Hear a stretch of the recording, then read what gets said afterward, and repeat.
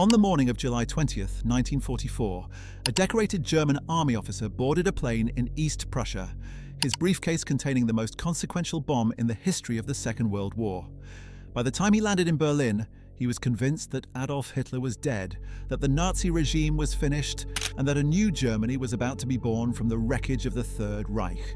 He was wrong about almost everything, and the man most responsible for making him wrong was a 31-year-old major from Neubrandenburg, who picked up a telephone receiver at exactly the right moment and changed the course of history.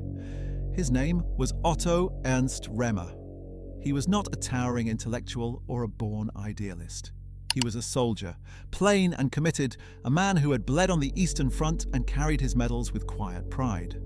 And on that summer afternoon in Berlin, when the fate of Hitler's regime trembled in the balance, Otto Remer did what he had always done. He followed orders. What those? Orders cost him. What they earned him, and what he became in the decades that followed, is a story that winds through the ruins of the Third Reich, the courtrooms of occupied Germany, the backstreet politics of the early Federal Republic, and the exile communities scattered across Spain and the Middle East where former Nazis retreated when justice came knocking. It is a story that raises uncomfortable questions about loyalty, about moral responsibility, and about the strange afterlives of men who served a monstrous regime and never quite found their way out of its shadow. In this video, we will find out. So, without further ado, let's start from the very beginning. Otto Ernst Remer was born on August 18, 1912, in the small northeastern German city of Neubrandenburg, in the region then known as Mecklenburg. He entered the world in a Germany still ruled by the Kaiser, a nation proud of its military tradition and increasingly restless in a Europe sliding toward catastrophe. When the First World War broke out 2 years later, Remer was too young to serve, but he grew up breathing the poisoned air of German defeat, the humiliation of the Treaty of Versailles, the chaos of the Weimar Republic, and the mythology of the so-called stab in the back, the lie that Germany had not been defeated on the battlefield but betrayed from within by socialists, Jews, and defeatists. It was a myth that would shape his entire adult life. Like many young Germans of his generation, Remer found purpose and belonging in the military. He joined the Reichswehr, the professional army of the Weimar Republic, in 1932, just months before Adolf Hitler was appointed Chancellor of Germany. When the Wehrmacht replaced the Reichswehr in 1935 as part of Hitler's rearmament program, Remer was already a committed professional soldier. He was not a deep political thinker. He did not write manifestos or attend rallies. He was a man of action, a man who believed that discipline, courage, and loyalty to the chain of command were the highest virtues a soldier could possess. Those beliefs would eventually make him the most consequential man in Berlin on the evening of July 20th, 1944. His early military career unfolded against the backdrop of Germany's astonishing early conquests. During the campaigns in France in 1940, Remer served with distinction, earning his first decorations and developing a reputation as a courageous and effective field commander. He was the kind of officer that the Wehrmacht valued most, reliable under fire, respected by his men, and capable of executing complex tactical movements without losing his composure.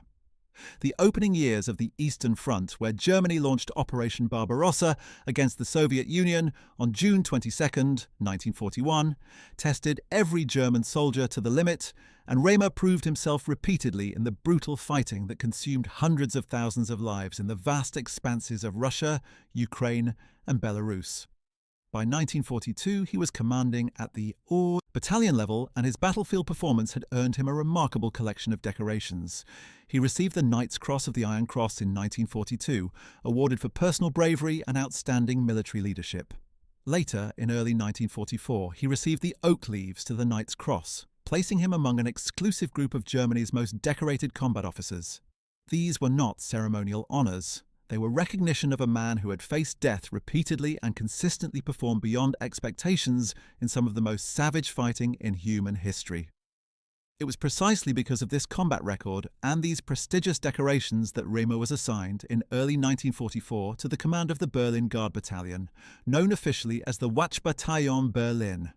This was a ceremonial and security unit responsible for guard duties in the German capital, a posting that would normally have seemed like a step down for a decorated Eastern Front veteran. But Berlin in 1944 was not a place where one could afford to be complacent.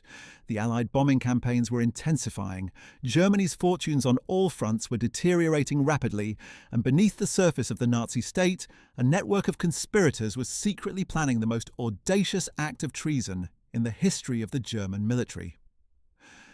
As the commander of the Guard Battalion, Remer had approximately 2,000 men under his command, stationed in and around Berlin.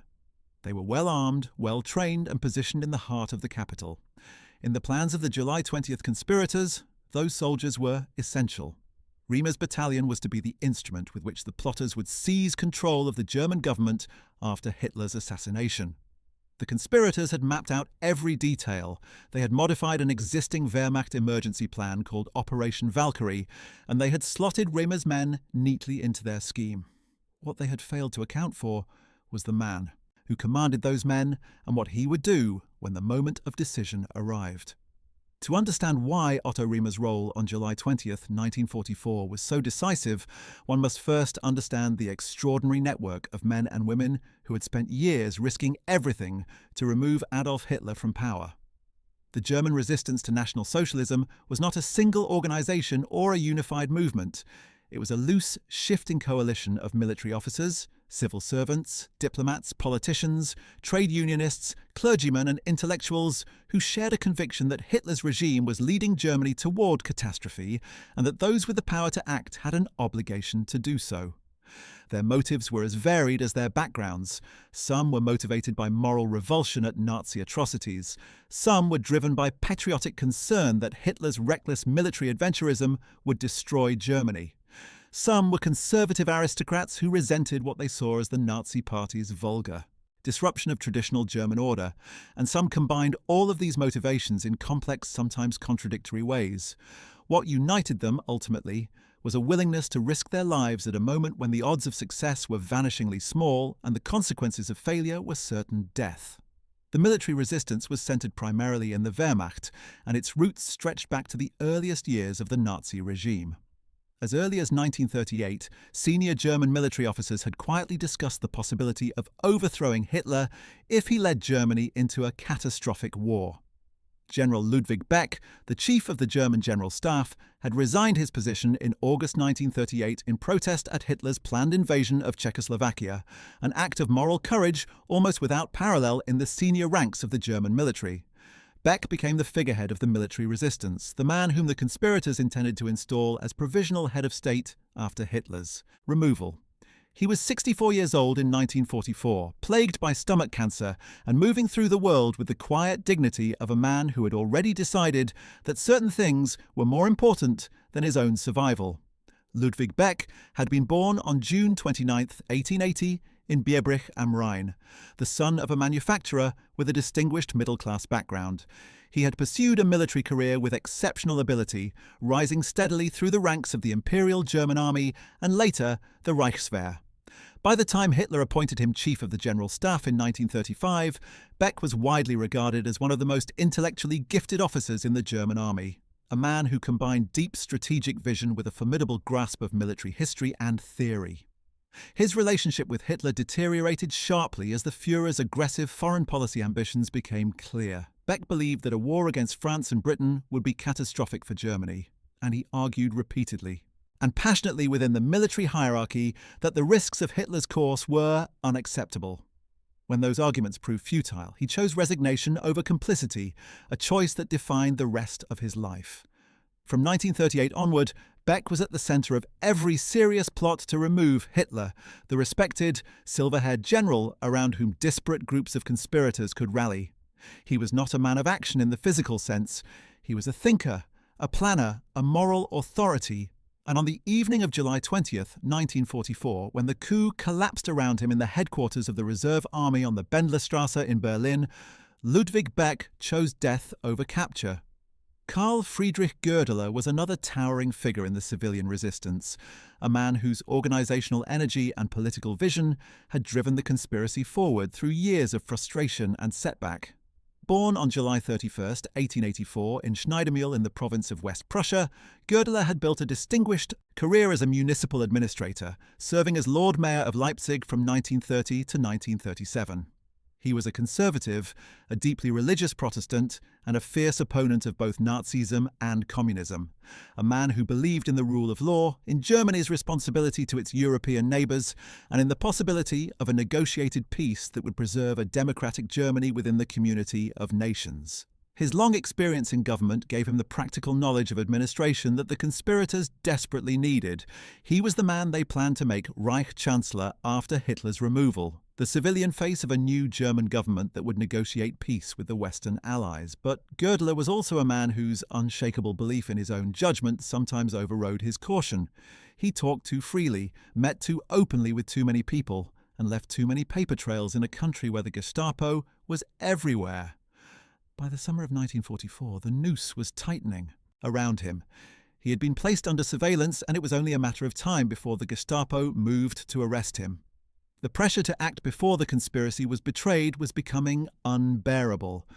The man who transformed the conspiracy from a network of frustrated senior officers into an actual operational plan with a realistic chance of success was Colonel Klaus Philipp Maria Schenk, Graf von Stauffenberg, and his story is inseparable from the story of July 20th, 1944. Born on November 15th, 1907 in Jettingen, Bavaria, Stauffenberg came from an ancient aristocratic family with deep roots in the Catholic faith and the German military tradition. His ancestors had served as officers and statesmen for centuries, and Klaus inherited both their sense of duty and their belief that those born with privilege had an obligation to serve something larger than themselves. He was gifted intellectually and physically, a man of striking presence who moved through the world with the confident grace of someone who has never doubted his own worth. In his youth, he was deeply influenced by the poet Stefan George and his circle, a group of German intellectuals who celebrated an aristocratic ideal of beauty, courage, and spiritual excellence. Stauffenberg carried those values into his military career, joining the Prussian 17th Cavalry Regiment in 1926 and rising rapidly through the ranks of the professional army. During the early years of the war, Stauffenberg served with distinction in Poland and France, impressing his superiors with his tactical brilliance and his calm under fire. He was initially supportive of Germany's military campaigns, though his attitude toward the Nazi regime itself was always more ambivalent than his professional dedication to the army might have suggested. What changed everything was his service in North Africa and on the Eastern Front, where he witnessed firsthand the systematic murder of Jews and Soviet prisoners of war, the deliberate destruction of civilian populations, and the systematic brutality that accompanied German conquest. By 1942 and 1943, Stauffenberg had reached a conclusion that he expressed with characteristic clarity and moral force. Hitler was not just a bad leader making poor strategic decisions. He was a criminal, and those who served him without resistance were complicit in his crimes. In Tunisia in April 1943, Stauffenberg's vehicle was strafed by Allied aircraft, and he suffered catastrophic wounds. He lost his right hand, 2 fingers of his left hand, his left eye, and sustained severe injuries to his remaining eye and his right knee. He spent months in hospital, enduring multiple operations, and during that long and painful recovery, his commitment to the conspiracy hardened from a moral conviction into an iron resolution. He would do whatever was required. He would bear whatever physical pain was necessary. He would kill Adolf Hitler himself if no one else would. By the summer of 1944, Stauffenberg had been appointed Chief of Staff to General Friedrich Fromm, the Commander-in-Chief of the Reserve Army, the force responsible for training, equipping, and supplying the Wehrmacht's frontline units. This appointment was crucial for the conspiracy because it gave Stauffenberg regular access to Hitler's military conferences at his various headquarters. He was one of only a handful of men who attended those meetings, and as a result, he was one of only a handful of men who could place a bomb close enough to Hitler to kill him. The conspirators had tried and failed before. In 1943, a bomb hidden in brandy bottles on a Luftwaffe plane carrying Hitler had failed to detonate. Attempts by individual conspirators to use suicide vests at Hitler's various public appearances had been abandoned when Hitler changed his schedule at the last moment. By July 1944, with the Western Allies firmly established in Normandy, with Soviet forces pushing westward across the entire Eastern Front, and with Germany's military situation deteriorating by the week, the conspirators knew that time was running out. If they were going to act, they had to act immediately. General Friedrich Olbricht was the man responsible for the operational planning of the conspiracy within the Wehrmacht's command structure. Born on October 4th, 1888, in Leisnig, Saxony, Albrecht had built a solid, if unspectacular, military career that brought him to the position of deputy commander of the Reserve Army and head of the Wehrmacht's General Army Office. What made him essential to the conspiracy was his position within the chain of command that would govern Operation Valkyrie. The original Valkyrie plan was a genuine emergency contingency developed by the Wehrmacht to maintain order inside Germany in case of internal unrest, a slave labor uprising, for example, or a breakdown of civil order caused by Allied bombing. The plan gave the Reserve Army sweeping powers to deploy armed troops throughout Germany, to arrest civilian officials and to impose martial law. Albrecht, working with Stauffenberg and other conspirators, secretly modified Operation Valkyrie over months of careful planning to serve an entirely different purpose. In their version of the plan, the Reserve Army would be mobilized immediately after Hitler's death, not to maintain Nazi order, but to overthrow it. Key SS and Gestapo installations would be seized. Nazi ministers and party officials would be arrested. A new provisional government would assume control.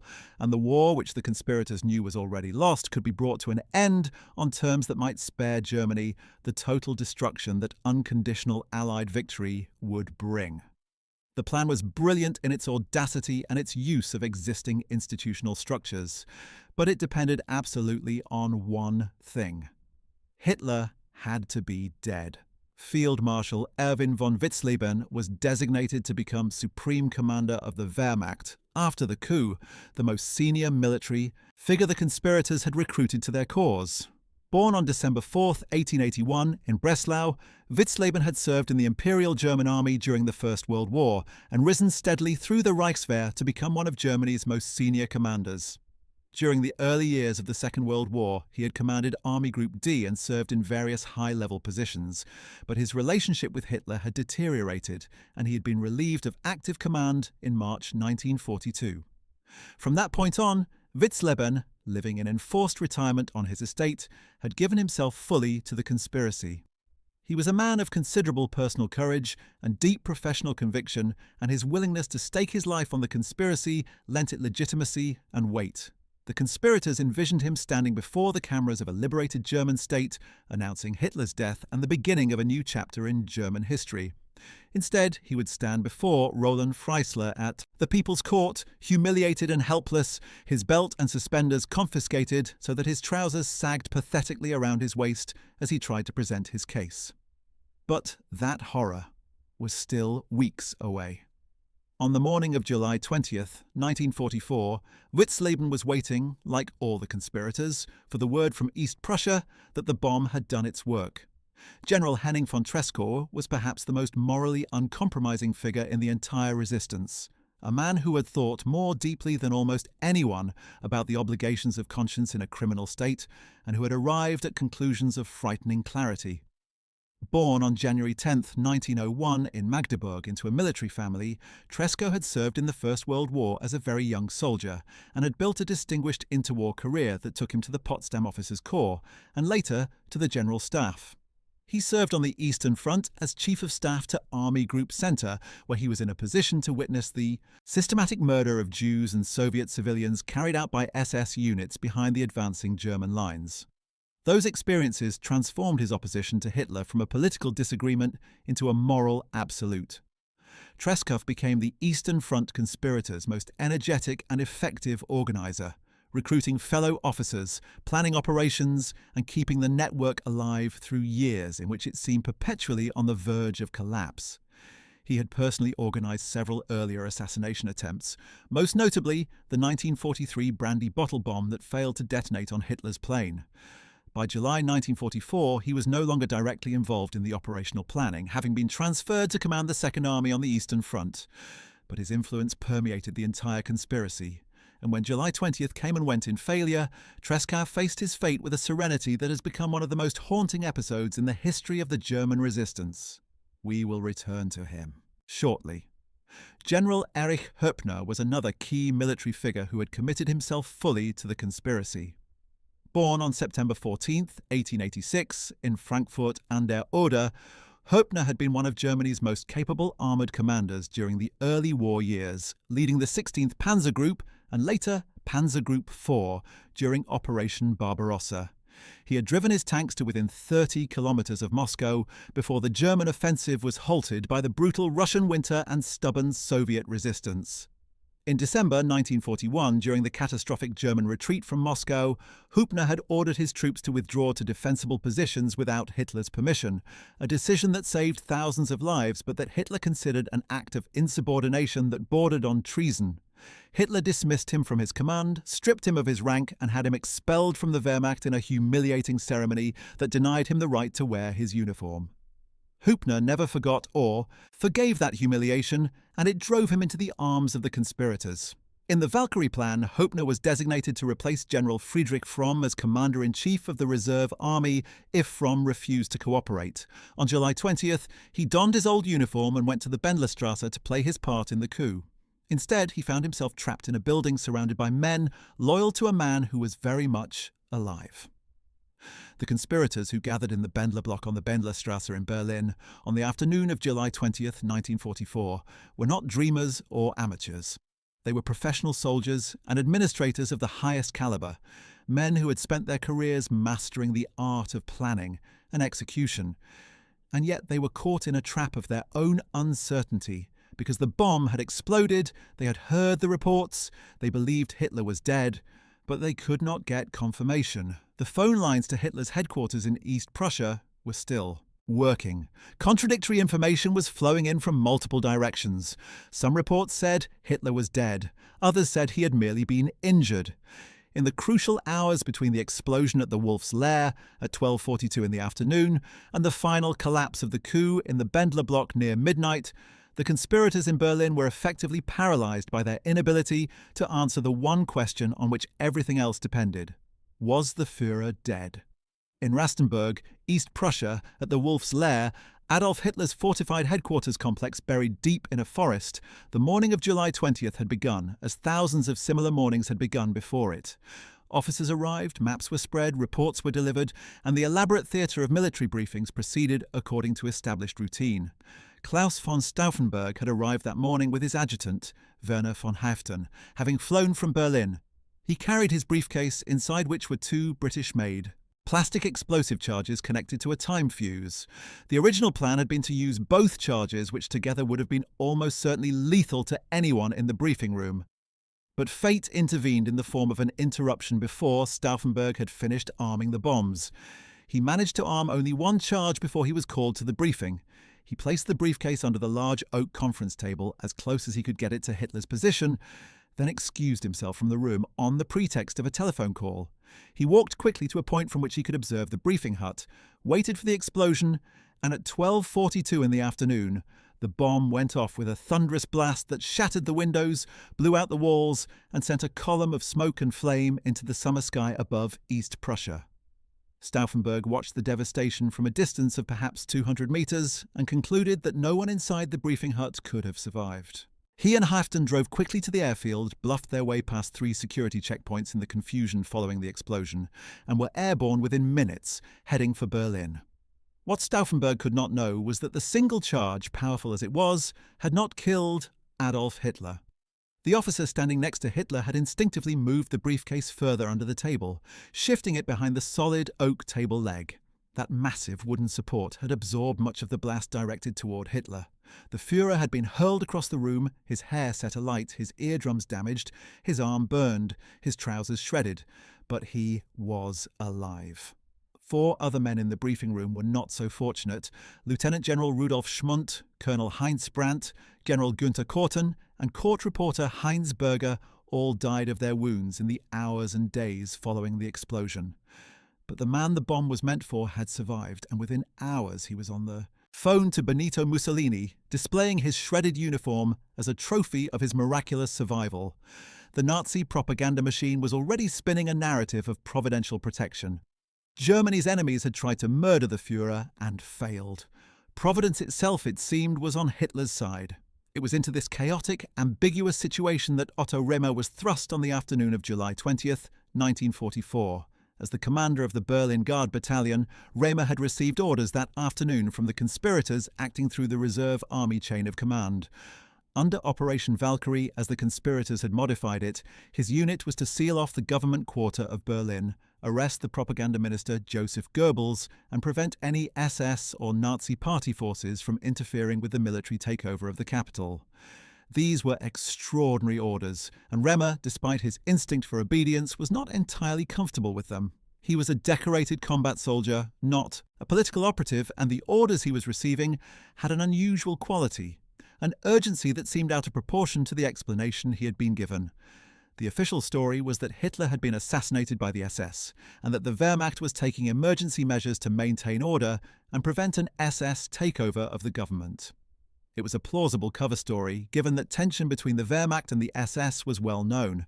But Remer was not entirely convinced. He moved his men into their assigned positions, but he was thinking hard about what was actually happening around him. The pivotal moment came when Remer was summoned to the Berlin residence of Joseph Goebbels. Not to arrest him, but because Goebbels had somehow gotten word that the Guard battalion commander was not fully committed to the coup and had managed to get a message to Remer requesting a meeting. What happened in those rooms on the afternoon of July 20th, 1944, has been the subject of considerable historical debate, with different accounts emphasizing different elements. What is beyond dispute is the key outcome. Goebbels arranged for Remer to speak directly with Adolf Hitler on the telephone. Hitler's voice, with its distinctive Austrian accent and its mesmerizing force, was instantly recognizable to every German officer.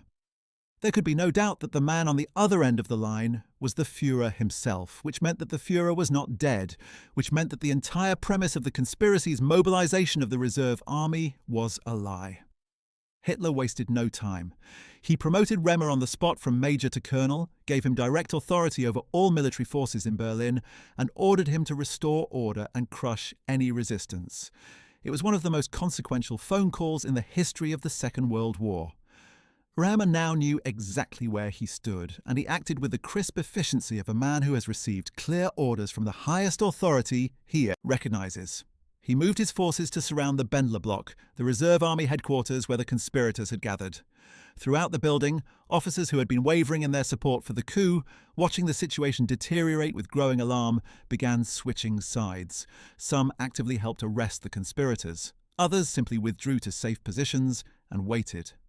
General Fromm, the commander-in-chief of the reserve army who had been placed under house arrest by the conspirators that afternoon when he refused to fully support the coup, was released by officers loyal to Hitler. And then Fromm, in an act of naked self-interest that historians have analysed with various degrees of contempt, moved quickly to establish himself as a loyal servant of the regime by ordering the immediate court-martial and execution of the main conspirators before they could be interrogated, and reveal his own extensive prior knowledge of the plot. In the courtyard of the Bendler Block, under the headlights of military vehicles, Fromm's improvised tribunal condemned 4 men to death: Colonel Klaus von Stauffenberg, General Friedrich Olbricht, Colonel Albrecht Ritter, Merz von Quernheim, and Stauffenberg's adjutant, First Lieutenant Werner von Haften. Just before midnight on July 20th, 1944, these 4 men were shot by firing squad. Stauffenberg reportedly cried out, "Long live sacred Germany," as the bullet struck him. The coup was over, and Otto Remer had stopped it. The immediate aftermath of the failed July 20th plot was a blood-soaked reckoning that consumed the lives of hundreds of men and women across the German Reich. Hitler's rage was volcanic, his determination to extract maximum vengeance absolute. The Gestapo, led by Heinrich Müller and Ernst Kaltenbrunner, began mass arrests within hours of the coup's collapse, pulling in anyone who had any connection, however tenuous, to the resistance network. The People's Court, the Nazi state's instrument of judicial terror, was mobilized to process the conspirators, and the man appointed to preside over their trials, a man who had turned courtroom procedure into a spectacle of degradation and sadism, was Roland Freisler. Roland Freisler was born on October 30th, 1893, in Celle, Lower Saxony, and his life had traced a trajectory that, in retrospect, seems almost perfectly calibrated to produce the kind of institutional sadist that the Nazi state required. During the First World War, he was captured by Russian forces and spent several years in Soviet captivity, an experience that, by his own later account, exposed him to Bolshevik ideology and organizational methods. He returned to Germany after the war a convinced nationalist who had borrowed from Bolshevism its techniques of ideological terror while rejecting its internationalism. He studied law, joined the Nazi Party, and rose through the party's legal apparatus until he reached the highest position available to him. President of the People's Yes. Court, the Volksgerichtshof, the judicial body responsible for trying cases of treason against the Reich. In that role, Freisler had refined the art of the show trial to a pitch that even Stalin's legal apparatus might have admired. He screamed at defendants, interrupted their testimony with streams of contemptuous abuse, denied them meaningful access to their lawyers, and consistently delivered the verdicts that the regime required, most often death. By July 1944, he had presided over thousands of such proceedings. The July 20th conspirators were to provide him with his most spectacular audience and his most famous performances. The first major trial of the July 20th conspirators opened on August 7, 1944, just 18 days after the failed coup. Freisler had worked at extraordinary speed to prepare the cases, and the men he brought before the court on that first day were chosen for their symbolic value. Field Marshal Erwin von Witzleben, General Erich Hübner, General Helmuth Stief, General Paul von Hauser, Lieutenant Colonel Robert Bernardis, Captain Friedrich Karl Klausing, Lieutenant Peter Yorck von Wartenburg, and Lieutenant Colonel Caesar von Hofacker were all arraigned together in a single proceeding that was designed to demonstrate the totality of the conspiracy's failure and the certainty of its punishment. The defendants had been denied access to their lawyers, denied adequate sleep, denied proper food, and stripped of their belts and suspenders, specifically to ensure that they would appear disheveled and undignified before the cameras that Hitler had ordered to record the proceedings for his personal viewing. It was a deliberate humiliation designed to reduce men of rank and dignity to shuffling, sagging figures unable even to hold their clothes up properly. Erwin von Witzleben stood before Freisler in that condition, and Freisler subjected him to an extended torrent of abuse, contempt, and belittling interrogation. The field marshal, who had commanded German armies across France and the Low Countries, who had held the highest military rank the German state could bestow, could not adequately defend himself because every time he attempted to speak, Freisler drowned him out with screaming denunciations. The proceedings were a grotesque parody of justice, and both sides knew it. Witzleben was found guilty of treason and sentenced to death. The sentence was carried out on August 8, 1944, at Plötzensee Prison in Berlin, one of the most notorious execution sites in Germany. He was not shot, which was the traditional military execution. He was hanged, which was the fate the regime reserved for traitors and criminals, to deny him any dignity of a soldier's death. He was hanged on a meat hook from a thin wire noose, and the execution was filmed at Hitler's request so that the Führer could watch the death of the man who had plotted against him. Witzleben was 62 years old when he died. He had given his life to the German military for 4 decades, and he died strangling on a piece of wire in a Berlin prison while the man who ordered his execution watched on film. Erich Hübner was brought before Freisler in the same session and subjected to the same treatment. Hübner attempted to defend himself with some spirit, arguing that he had acted from patriotic conviction, that he had genuinely believed Germany was heading toward catastrophe. Freisler was unmoved and, if anything, infuriated by Hübner's attempts to speak coherently. The verdict was the same: death. Hübner was hanged at Plötzensee on August 8, 1944, in the same mass execution that took Witzleben's life and the lives of 6 others. He was 57 years old. He had commanded panzer armies that had driven deep into Soviet territory, and he died on a meat hook for daring to believe that killing Adolf Hitler was a moral obligation rather than a crime. The specific method of execution, the thin wire noose and the meat hook at Plötzensee, had been chosen personally by Hitler to maximize suffering and to deny the condemned men any shred of dignity. The executions were slow. The men strangled over periods of several minutes. The films made for Hitler's viewing showed everything. Peter Yorck von Wartenburg was one of the younger figures in the civilian resistance, and his fate at the August 7th trial illustrates the intellectual caliber of the men and women who had chosen to oppose the Nazi regime.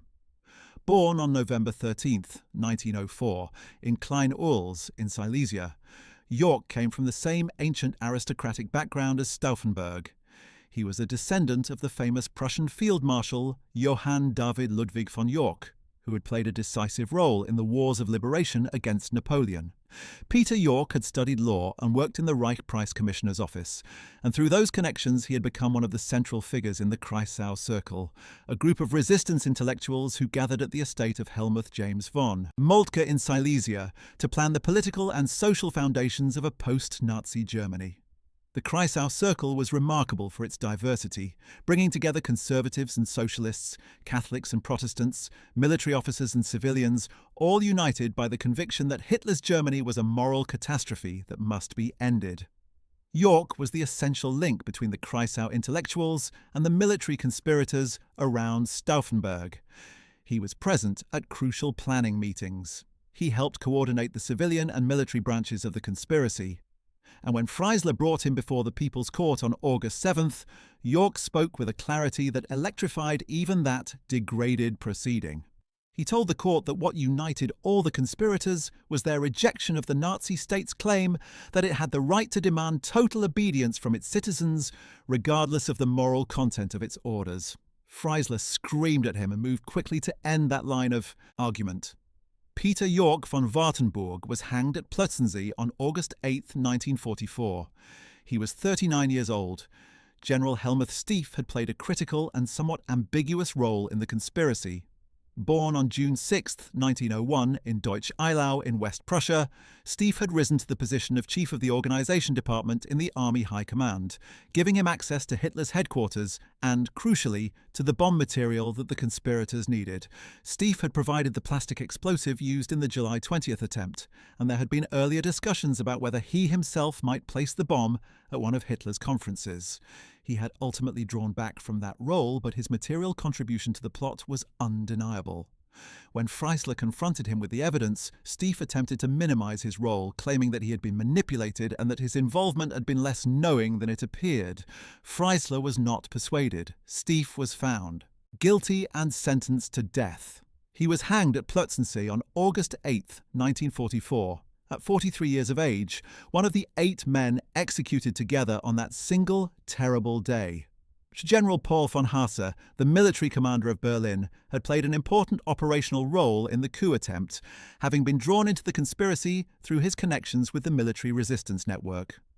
Born on July 24, 1885 in Darmstadt, Hasse had commanded the Berlin garrison and had worked to implement the Valkyrie orders on July 20th, sealing off government buildings and mobilizing troops in support of the coup. He had authorized the deployment of units that were intended to arrest Nazi officials, and his cooperation with the conspirators during the crucial early hours of the coup had been essential to whatever momentum it had achieved. When the coup collapsed, Haas was arrested and brought before Freisler. He received the same verdict and the same death sentence as his co-defendants. He was hanged at Plötzensee on August 8, 1944, at 58 years of age. His nephew, who bore the same surname, was Dietrich Bonhoeffer, the theologian and pastor who was also caught up in the resistance and who would face his own terrible fate in the final weeks of the war. What became of Carl Friedrich Goerdeler, the man who had been designated as Reich Chancellor in the conspirators' plans? Goerdeler had not been at the Bendler block on July 20th. He had been elsewhere in Germany, waiting for word that the coup had succeeded and that his moment to step forward had arrived. When the news of the coup's failure reached him, he went into hiding, moving from place to place under assumed names, relying on a network of friends and acquaintances to shelter him.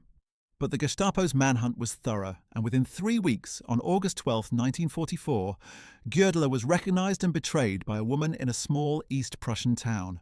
He had lost weight and looked haggard, but his face was too well known to be concealed for long. He was arrested and brought to Berlin for interrogation by the Gestapo. The Gestapo's interrogation of Goerdeler was extensive and, by many accounts, not conducted with the worst physical brutality that the organization was capable of. The interrogators recognized that Goerdeler was willing to talk, and they let him talk. He provided detailed information about the conspiracy's civilian networks, naming names and describing meeting places and discussions in considerable detail. Whether this was the result of torture, psychological pressure, or a genuine belief on Goerdeler's part that cooperation might somehow moderate the regime's response to the conspiracy, historians have long debated.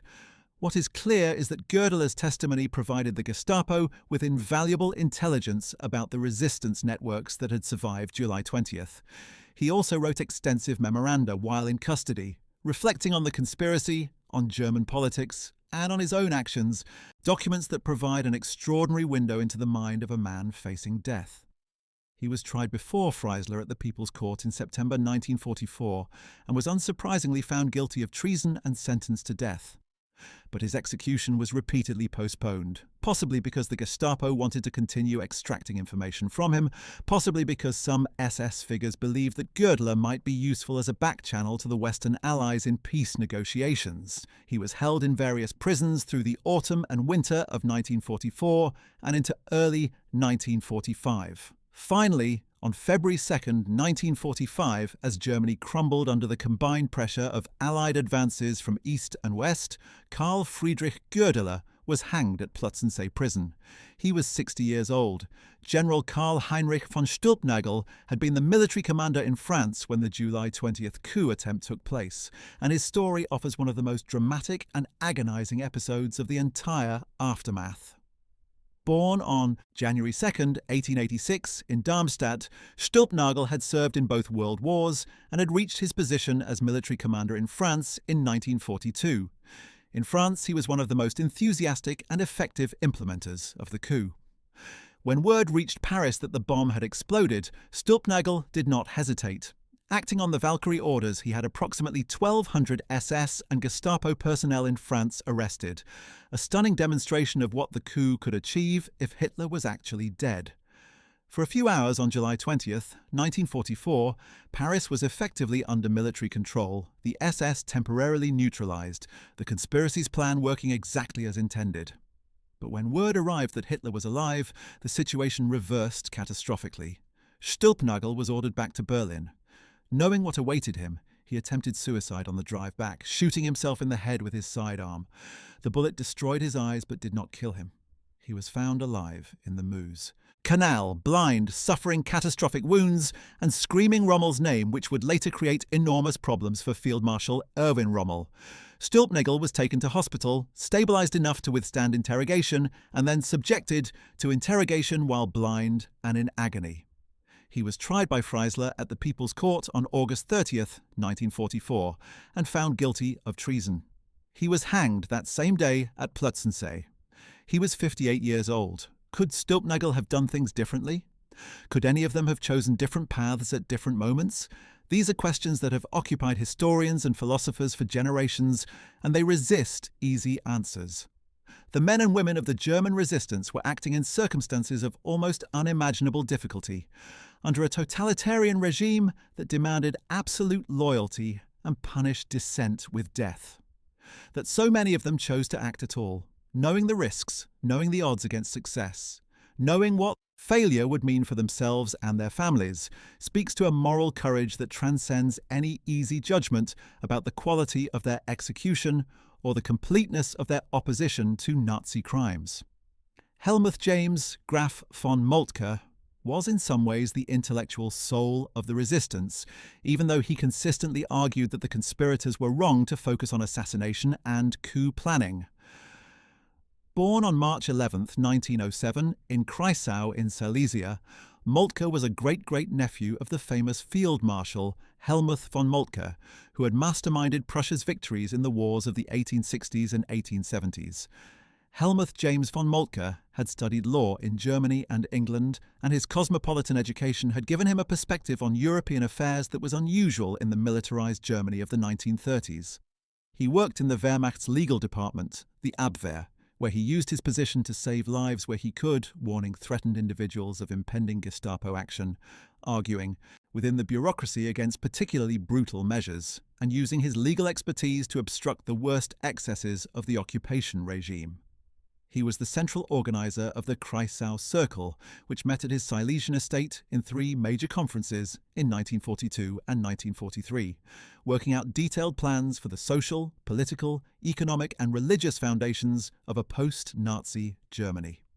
Moltke's vision was not just of a Germany without Hitler, but of a fundamentally different kind of Germany, one built on Christian social principles, on respect for human dignity, on federalism and cooperation rather than nationalism and domination. Crucially, Moltke believed that assassination was morally wrong and tactically counterproductive. He argued that killing Hitler would not change the fundamental conditions that had made Nazism possible, and that the conspirators needed to focus on laying the intellectual and political groundwork for a genuine transformation of German society rather than simply removing one man. This position put him at odds with Stauffenberg and the military conspirators, though the two groups maintained contact and worked in parallel. In January 1944, before the July 20th plot, Moltke was arrested by the Gestapo on a relatively minor charge that he had warned a friend of his impending arrest. He was imprisoned and remained in custody through July 20th and its aftermath. When the full extent of the resistance network became clear after the failed coup, Moltke's connections to it were documented, and his case went to Freisler's court. At his trial in January 1945, Moltke engaged Freisler in a remarkable exchange that has become one of the most celebrated episodes of the German resistance. Freisler, struggling to find a specific crime with which to charge Moltke, ended up arguing that Moltke's crime was his Christianity and his belief that there were limits to what the state could demand of individuals. Moltke wrote to his wife from prison that Freisler had proven his point better than he could have done himself. Helmuth James von Moltke was hanged at Plötzensee on January 23, 1945. He was 37 years old. His letters from prison, written to his wife Freya in the final weeks of his life, are among the most moving documents of the entire war. Adam von Trott zu Solz was another member of the Kreisau Circle who paid with his life for his resistance activities. Born on August 9, 1909, in Potsdam, Trott had studied at Oxford as a Rhodes Scholar in the early 1930s, developing deep friendships in Britain that he later tried to leverage for the benefit of the resistance. As a diplomat in the German Foreign Office, he had used his travels and his international connections to communicate secretly with Allied officials, including figures in Britain and the United States, trying to lay the groundwork for a negotiated peace that might be possible after Hitler's removal. These were extraordinarily dangerous activities conducted in plain sight of the Nazi surveillance apparatus, relying on the thin cover of his official diplomatic status. Trott was arrested after July 20th and brought before Freisler. He was hanged at Plötzensee on August 26, 1944. He was 35 years old. His story was for many years less well known in Britain than it deserved to be, partly because some of his wartime British contacts, feeling that they had failed to respond adequately to his peace approaches, were reluctant to publicise their connection to him. Julius Leber was one of the most significant figures from the socialist strand of the resistance, a man who represented the political tradition that the Nazis had violently suppressed since 1933. Born on November 16, 1891, in Biesheim in Alsace, Leber had been a leading figure in the Social Democratic Party during the Weimar Republic, editor of a Lübeck newspaper, and a member of the Reichstag. After the Nazis came to power in 1933, he had been arrested and imprisoned for 4 years. His release had done nothing to diminish his opposition to the regime, and after his liberation he had re-established connections with the underground resistance, eventually becoming one of the key figures around Stauffenberg.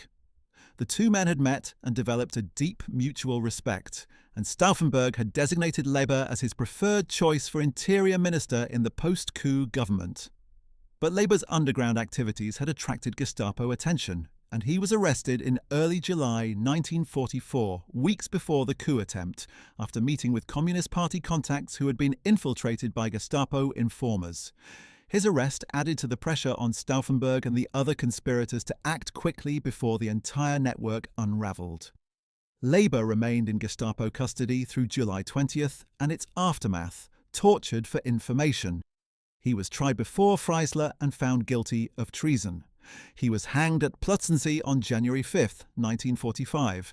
He was 53 years old. Hans Bernd von Haeften, the brother of Werner von Haeften, who had been shot alongside Stauffenberg in the Bendler Block courtyard, was himself a resistance figure who paid for his convictions with his life. Born on December 18, 1905 in Berlin, Hans Bernd had served in the German Foreign Office and had been part of the circle around Adam von Trott zu Solz.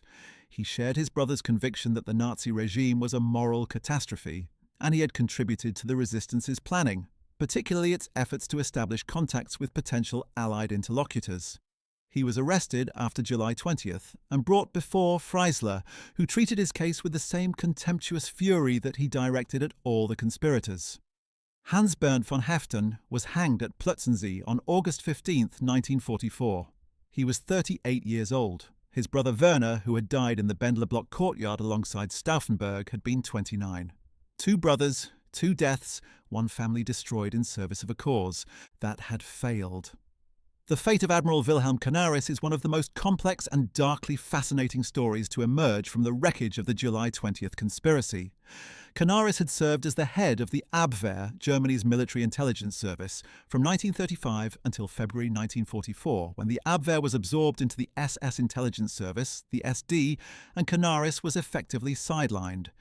During his years leading the Abwehr, he had pursued a double game of extraordinary audacity. On the surface, he ran Germany's foreign intelligence operation with apparent dedication, while beneath the surface, he used the Abwehr's resources and personnel to shelter Jews, sabotage Nazi operations, and provide intelligence to the Allies. He was connected to the resistance through his deputy Hans Oster and through the theologian Dietrich Bonhoeffer, both of whom worked for the Abwehr. Canaris himself never committed to the assassination conspiracy, preferring more indirect methods of resistance, but his connections to the plotters were real and the Gestapo had long suspected him of disloyalty. Canaris was born on January 1, 1887 in Applerbeck in Westphalia, the son of an industrialist with Italian ancestry, a background that gave him the dark complexion and quick intelligence that were his most notable physical characteristics. He had served in the Imperial German Navy during the First World War, engaging in intelligence and clandestine operations that gave him a lifelong taste for the ambiguities and moral compromises of the secret world. His rise to head the Abwehr in 1935 placed him in a position from which he could exercise enormous influence, and he used that influence in ways that historians are still working to fully document. The extent of his resistance activities remains debated. Some historians see him as a genuine opponent of the regime who worked systematically to undermine it. Others argue that his primary motivation was institutional self-preservation and that his resistance activities were more opportunistic than principled.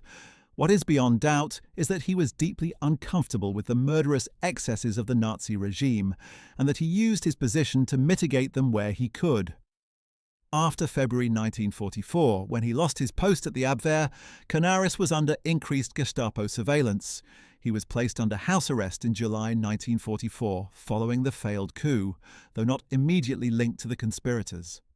It was only in September 1944 when the Gestapo discovered a secret diary kept by Canaris that documented his activities and connections in damning detail that the case against him became clear.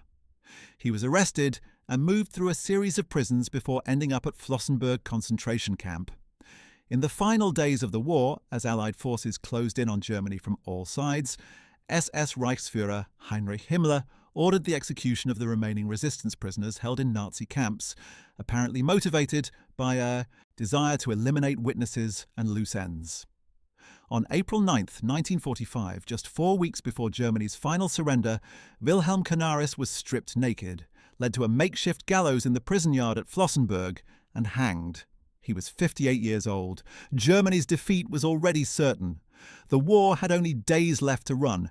His execution served no military purpose and saved no Nazi life. It was pure revenge. Hans Oster had been Canaris's most committed deputy and the most operationally aggressive member of the Abwehr's resistance circle. Born on August 9, 1887, in Dresden, the son of a Protestant pastor, Oster had pursued a military career interrupted by World War I before finding his way to the Abwehr, where his organisational skills and his moral clarity made him an essential figure in the resistance. Oster had taken enormous personal risks over the years, most notoriously in May 1940, when he had passed information about the date and direction of Germany's planned invasion of Vaud, the Low Countries, to the Dutch military attaché in Berlin, an act of direct wartime treason motivated by his conviction that Hitler had to be stopped before he could inflict greater harm. He had been involved in virtually every serious coup attempt since 1938 and had worked tirelessly to build and maintain the networks that connected the various strands of the resistance. He was arrested in April 1943 after his connections to a smuggling operation that had helped Jews escape from Germany came to light, and from that point he was effectively neutralised, kept under house arrest and stripped of his Abwehr position. After July 20th, the case against him was reopened with new evidence, and he shared Canaris's fate. Hans Oster was hanged at Flossenbürg concentration camp on April 9, 1945, the same day as Canaris, in the same grim ceremony of final revenge. He was 57 years old.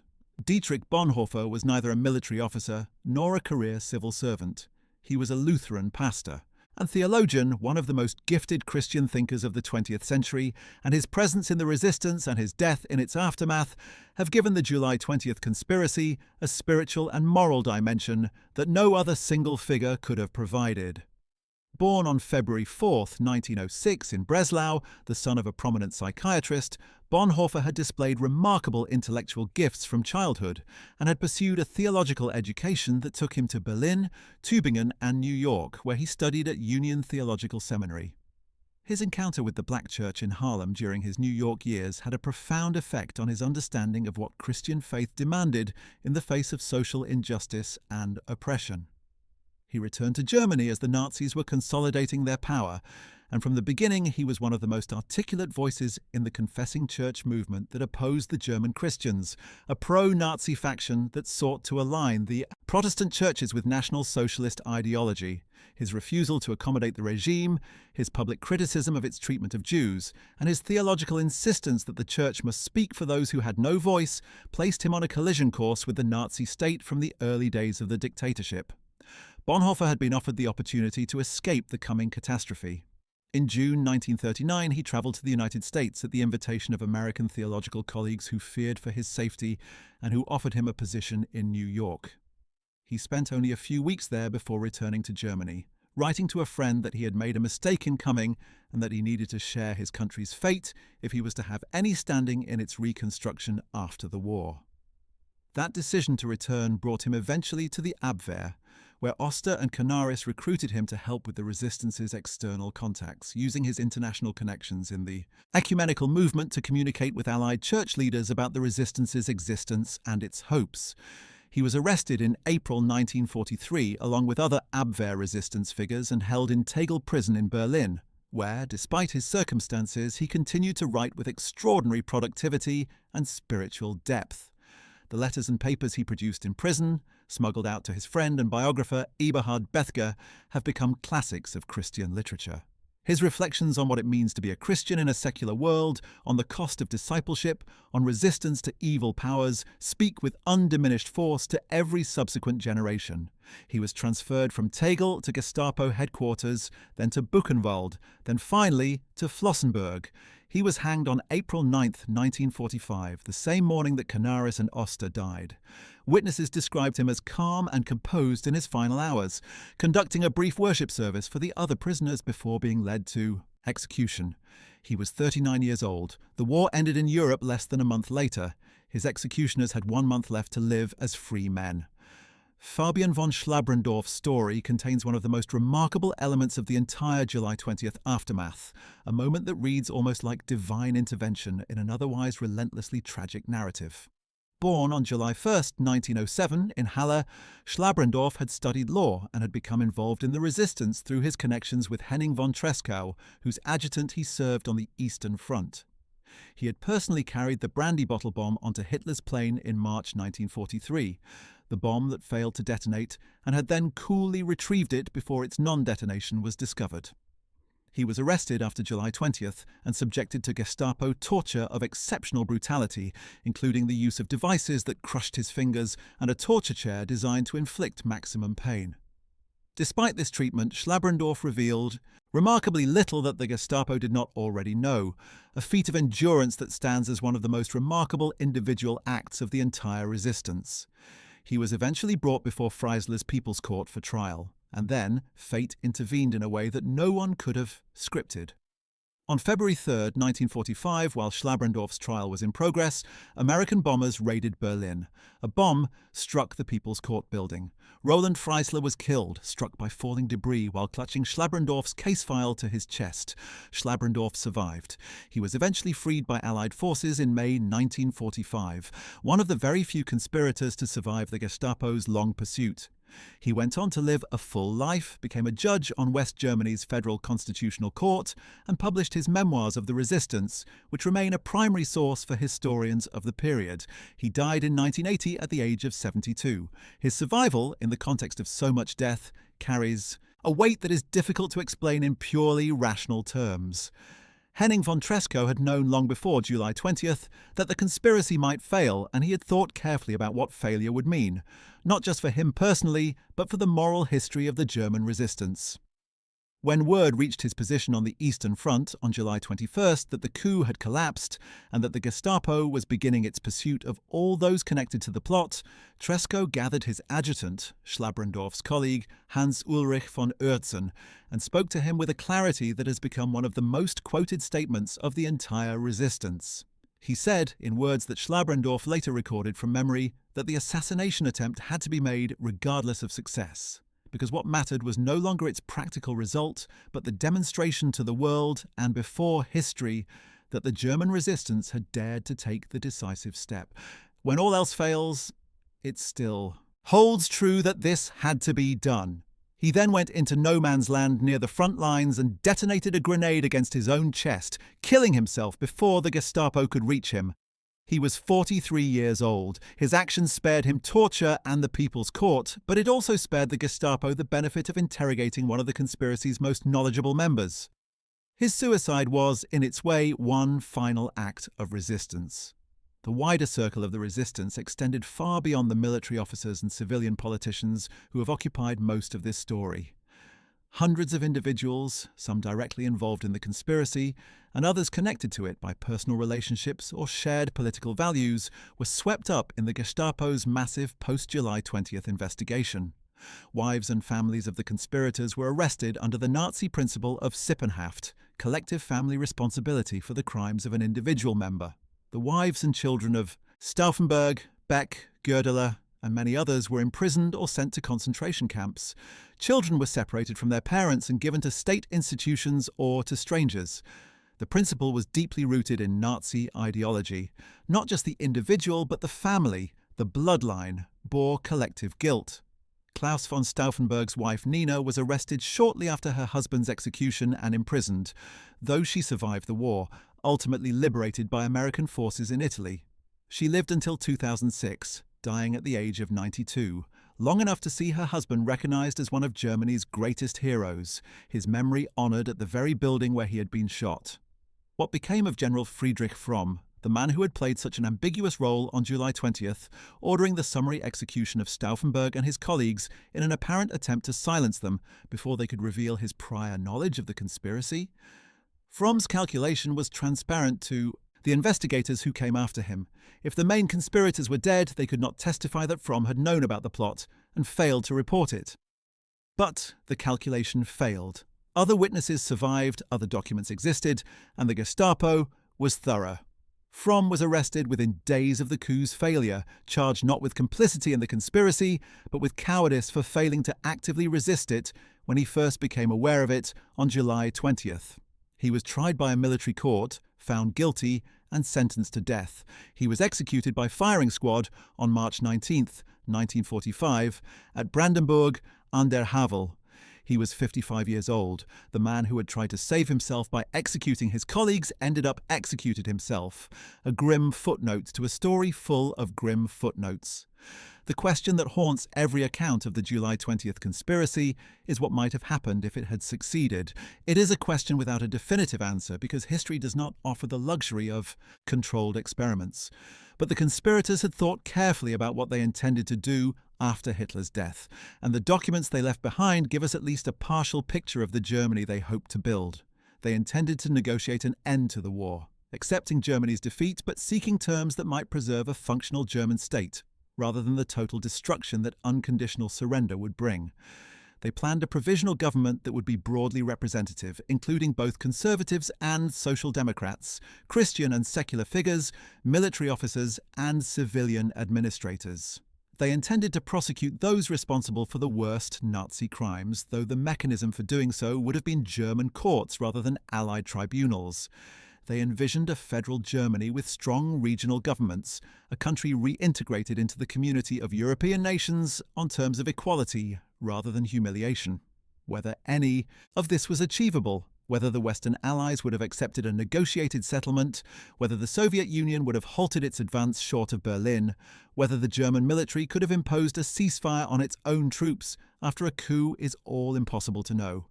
But the conspirators believed it was possible, and they were willing to die for the possibility. Roland Freisler, The man who had presided over so many of their deaths with such theatrical cruelty met his own end in the same Allied bombing raid that spared Schlabrendorff's life. Born into a middle-class family and transformed by his wartime experiences into a fanatic in the service of a murderous state, Freisler had committed himself so completely to the Nazi judicial system that he had effectively become its conscience, if that word can be applied to so conscienceless an institution. He had sent hundreds of people to their deaths, including dozens of the July 20th conspirators and their associates. He had humiliated, screamed at, and degraded men and women of extraordinary dignity and courage, turning their last public moments into spectacles of degradation for the gratification of Adolf Hitler. And then, on February 3, 1945, an American bomb ended his life with the casual indifference of pure chance, cutting him down in the middle of proceedings without warning or ceremony. His body was found in the rubble of the People's Court building, still clutching Schlabrendorff's case file. He was buried, and the inscription on his grave was reportedly changed after the war. He was 51 years old, the coincidence of his death occurring at precisely the moment when his murderous proceedings were about to claim one more of the July 20th conspirators, has fascinated historians and moralists ever since. Now we must return to the man at the centre of this story, Otto Ernst Remer, and consider what the events of July 20th, 1944 meant for his subsequent life and career. In the immediate aftermath of the coup, Remer was rewarded handsomely for his role in crushing it. Hitler, who had a politician's instinct for the symbolic significance of loyalty under pressure, understood that Remer's actions had been decisive. He promoted Remer from the colonel rank he had received on the telephone that afternoon to Major General in January 1945, making him one of the youngest general officers in the Wehrmacht. Remer was also given command of the Führer Begleit Brigade, the Führer Escort Brigade, a formation that had evolved from the original Guard Battalion and that was responsible for protecting Hitler's headquarters and serving as a mobile reserve in critical situations. This was a significant command, giving Remer direct access to the highest levels of the Nazi state and placing him in the thick of the war's final desperate defensive battles. In January 1945, the Führer Escort Brigade participated in the fighting in East Prussia and the desperate German attempts to hold the Easy line against the Soviet winter offensive, the massive Operation Vistula Oder that eventually brought Soviet forces to within striking distance of Berlin itself. Remer's men fought with the tenacity of soldiers who understood that they were fighting for their own survival as much as for any ideological cause, the Eastern Front having long since stripped away any pretense of a war of ideology and replaced it with something more primitive, the struggle not to be overrun, not to be captured by the Red Army, not to die in the frozen mud of a Russian winter. As Germany's military situation deteriorated through the spring of 1945, Remer's career followed the same trajectory as the Reich he served, from apparent triumph to accelerating catastrophe. The Führer Escort Brigade, now expanded into a division, was thrown into various desperate engagements across the collapsing Eastern Front, fighting rearguard actions as the Soviet tide swept westward. Remer was wounded during these operations, adding new injuries to those he had already accumulated from his earlier Eastern Front service. He was promoted to Major General in January 1945, the rank carrying less and less practical significance as the Wehrmacht's command structure disintegrated around him. He participated in the final battles in Germany itself, his forces attempting to slow the Allied advance with whatever resources could be scraped together from the wreckage of a defeated army. On May 8, 1945, Germany surrendered unconditionally. Remer's war was over. He was 32 years old, a major general without an army to command, in a Germany without a government to serve, facing an occupation by the very powers his country had sought to destroy. Remer spent the immediate post-war period in Allied captivity, passing through the processing centres and prisoner-of-war camps that handled the enormous influx of German military personnel following the surrender. His captivity was not notably harsh by the standards of the time, and he was released in 1947 after the initial period of detention that the Allied powers imposed on senior Wehrmacht officers while the denazification process was conducted and war crimes investigations were carried out. Remer had not commanded troops in situations that led to documented war crimes of the kind for which other officers were specifically prosecuted. His role in July 20th, crushing the conspiracy, was not in itself a crime under the laws of war as they existed in 1945. The Allied powers were not prepared to prosecute German officers for loyalty to their chain of command in a strictly military context, and Remer's combat record, while distinguished, did not carry the specific taint of atrocity that attached to officers involved in the SS Einsatzgruppen operations, the massacre of prisoners, or the systematic murder of civilian populations. He was released, classified in the denazification process in a category that allowed him to resume civilian life and return to a Germany that was trying, with varying degrees of success, to rebuild itself from the rubble of catastrophic defeat. The Germany that Remer returned to was a place of extraordinary psychological complexity.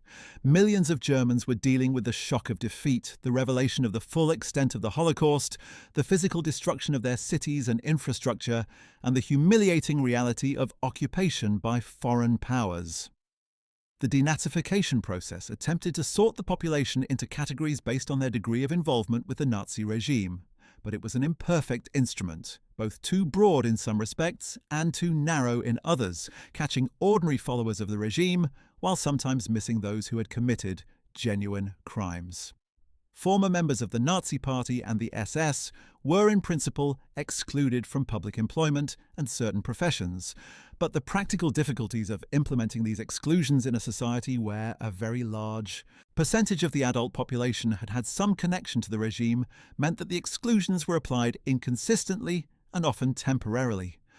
By the early 1950s, many former Nazis had quietly reintegrated into the professional and social life of the Federal Republic, their past connections minimized or forgotten in the general desire to move forward.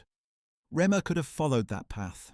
His record, while politically compromised by his central role in crushing the July 20th plot, was not uniquely disqualifying in the context of the general German military experience. He was young enough to build a new career in the expanding economy of early West Germany. He was educated, experienced in leadership and administration, and possessed of the kind of personal authority that the military builds in men who have commanded in combat. But Otto Remer did not take the quiet road. He was constitutionally incapable of performing the kind of quiet moral recalibration that post-war German society required of its former true believers. He remained in the deepest sense a man of the Third Reich, convinced of the fundamental rightness of what he had served and of the fundamental injustice of what had replaced it. This was not cognitive dissonance or psychological denial in any ordinary sense. It was a settled, considered political position that he was prepared to advocate publicly at considerable personal cost for the rest of his life. And that position would eventually make him one of the most controversial and prosecuted neo-Nazi figures in post-war Germany. In 1950, Remer co-founded the Socialist Reich Party, known by its German initials as the SRP, Sozialistische Reichspartei. The party was an explicitly neo-Nazi organization that sought to rehabilitate National Socialism and challenge the legitimacy of the Federal Republic. Its ideological platform combined extreme German nationalism with socialism of a particularly authoritarian variety, rejecting both liberal democracy and communism in favor of a corporatist national state that bore obvious resemblance to the Third Reich. The party rejected the validity of the Nuremberg trials, denied the extent of Nazi war crimes, and argued that the true criminals of the Second World War were the Allied powers that had bombed German cities and subjected the German people to humiliating occupation.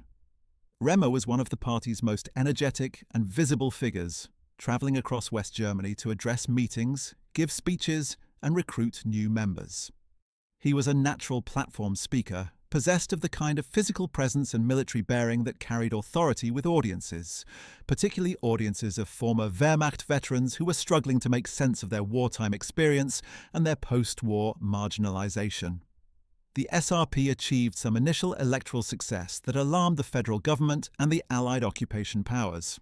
In state elections in Lower Saxony in May 1951, the party received 11% of the vote, a shocking result that demonstrated the extent to which a significant minority of the West German electorate remained sympathetic to neo-Nazi politics just 6 years after the end of the war. The Federal Constitutional Court, acting under the German Basic Law's provisions for the protection of the democratic order against parties that seek to undermine it, opened proceedings against the SRP. But Remer did not wait passively for the legal process to run its course. He threw himself into increasingly provocative activities, making speeches that denied war crimes, celebrated the Nazi regime's achievements, and portrayed the July 20th conspirators not as heroes of the resistance, but as traitors who deserved everything they got. This last claim was particularly incendiary in the context of early West German politics, because the Federal Republic was in the process of constructing a founding myth that placed the July 20th conspirators at its moral center, portraying them as representatives of the other Germany that had resisted Nazism. For Remer to attack them as traitors was not just political extremism, but an assault on the legitimacy of the Federal Republic itself. In one particularly significant episode, Remer made statements publicly condemning the July 20th conspirators as traitors who had stabbed the German army in the back. This led to a libel action brought by survivors of the resistance and their families, a case that went before a German court in 1952. The verdict was clear. The court found that the July 20th conspirators had not been traitors, but had acted in accordance with a higher moral obligation, and it sentenced Remer to a prison term for his statements. This was a landmark judgment in early West German jurisprudence, one of the first major legal decisions to establish the legal and moral legitimacy of the resistance. But for Remer, it was simply confirmation that the legal system of the Federal Republic was an instrument of the victors and that it would never deliver what he considered justice. He appealed, the proceedings dragged on, and meanwhile the Federal Constitutional Court delivered its verdict on the SRP itself. In October 1952, the Federal Constitutional Court ruled that the Socialist Reich Party was unconstitutional and ordered its dissolution. The ruling was based on the court's determination that the party sought to undermine the free democratic basic order of the Federal Republic, that it propagated Nazi ideology in ways incompatible with the constitutional values of dignity and human rights, and that its actions and rhetoric were designed to reverse the post-war democratic settlement. The party was banned, its assets confiscated, and its members prohibited from transferring to any successor organization. It was the first time the Federal Constitutional Court had exercised its power to ban a political party, a demonstration of the seriousness with which the new German democracy took the threat of neo-Nazi revival. Remer was left without a political vehicle and facing legal consequences for his various statements and activities. Rather than accepting the judgment of the courts and adjusting his political behavior, he continued to push the boundaries of permissible speech and faced further criminal proceedings. The 1950s and 1960s in West Germany were a period of remarkable economic recovery, the so-called Wirtschaftswunder, or economic miracle, that transformed the defeated nation into one of Europe's most prosperous and stable democracies. But beneath this surface of success, the question of how to deal with the Nazi past remained deeply contested. Thousands of former Nazis had reintegrated into West German society and held positions of influence in business, law, medicine, academia, and government. The denazification process had been too limited and too rushed to thoroughly purge the institutional life of the Federal Republic. Remer was aware of these continuing connections and used them in his agitation, arguing that the Federal Republic was built on hypocrisy, prosecuting minor figures while allowing major ones to flourish. There was some truth in this argument, which made it more rather than less dangerous. Throughout the 1950s, Remer remained active in various extreme right-wing circles in West Germany, attending meetings, contributing to publications, and maintaining connections with other former Nazi figures in Germany and abroad. He was aware of and connected to the international network of former Nazis that had taken refuge in Spain, Argentina, Syria, and other countries following Germany's defeat, men who maintained contact with each other and with right-wing political movements in Western Europe. The community of former SS and party officials who had gathered under Franco's Spain provided one model for the kind of political exile that Remer himself would eventually seek. But in the 1950s, he was still operating. Inside West Germany, still testing the limits of permissible political speech, still facing legal consequences for his statements. The libel case related to his attacks on the July 20th conspirators eventually resulted in a suspended sentence, and Remer continued his activities with minimal interruption. The 1960s brought changes to the West German political landscape that seemed briefly to offer the extreme right an opportunity for re-entry into mainstream politics. The National Democratic Party, the NPD, was founded in 1964 as an attempt to unite various right-wing nationalist groupings into a single political movement. The NPD managed to achieve representation in several state parliaments in the late 1960s, benefiting from a period of economic slowdown and political discontent. Remer was connected to the NPD's networks, though his own history of involvement with the banned SRP limited his ability to play a public role in the new party.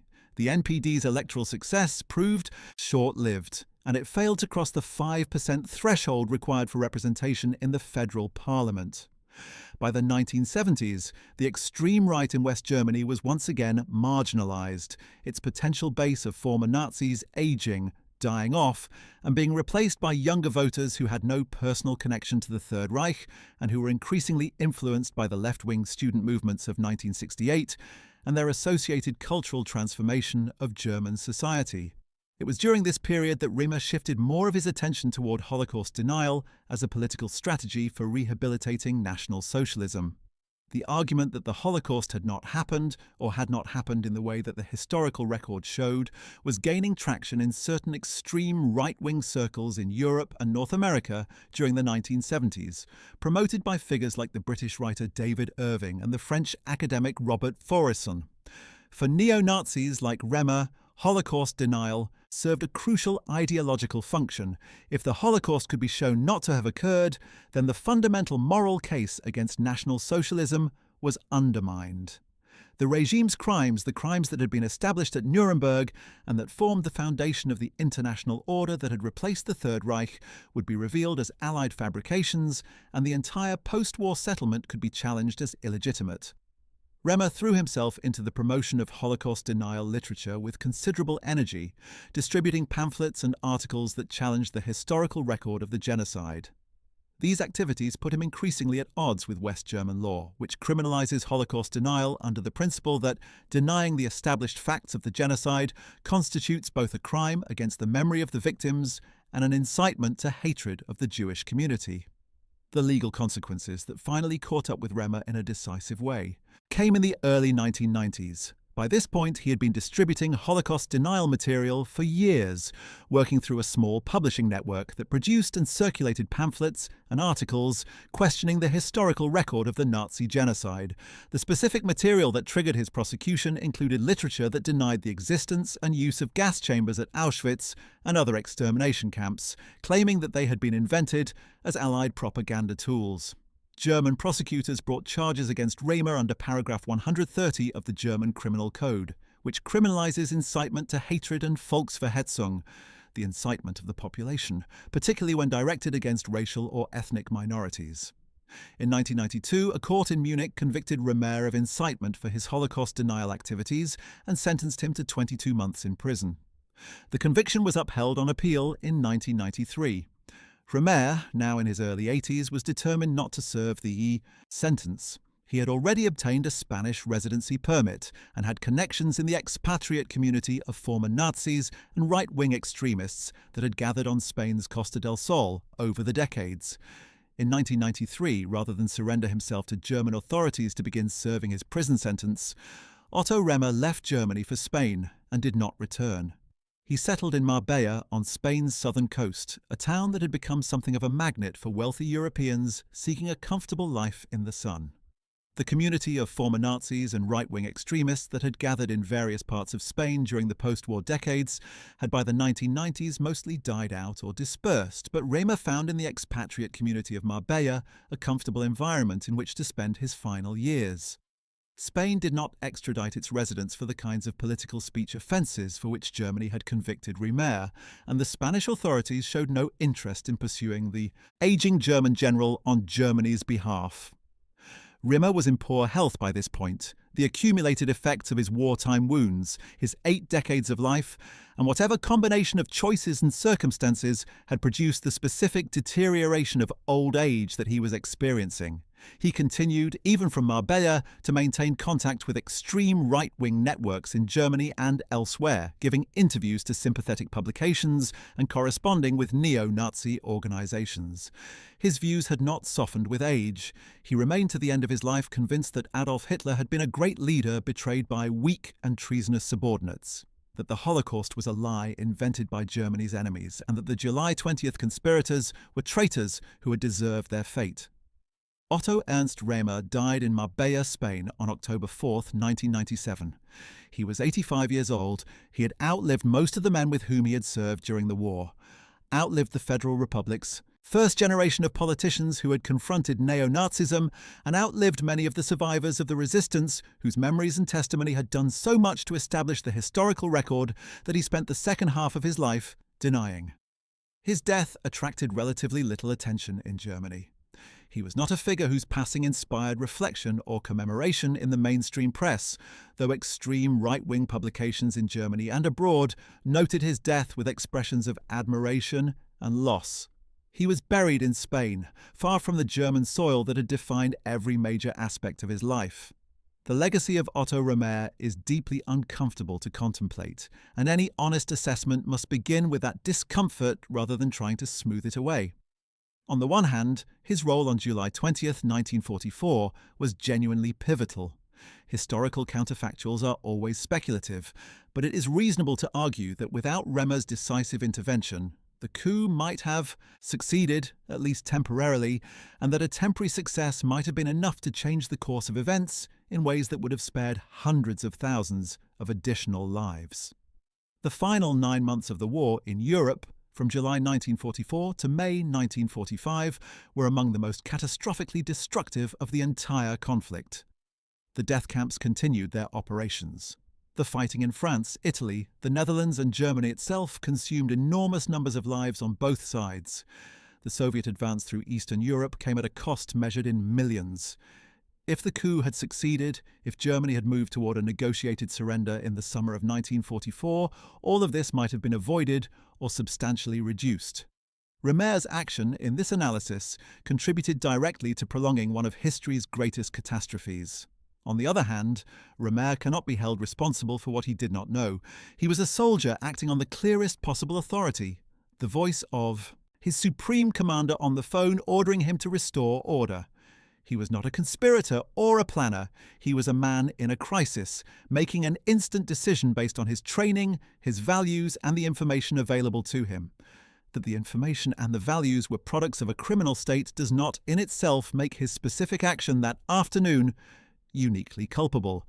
These tensions resist easy resolution, and they have occupied serious historians for decades. What is far less ambiguous is the second half of Remer's life.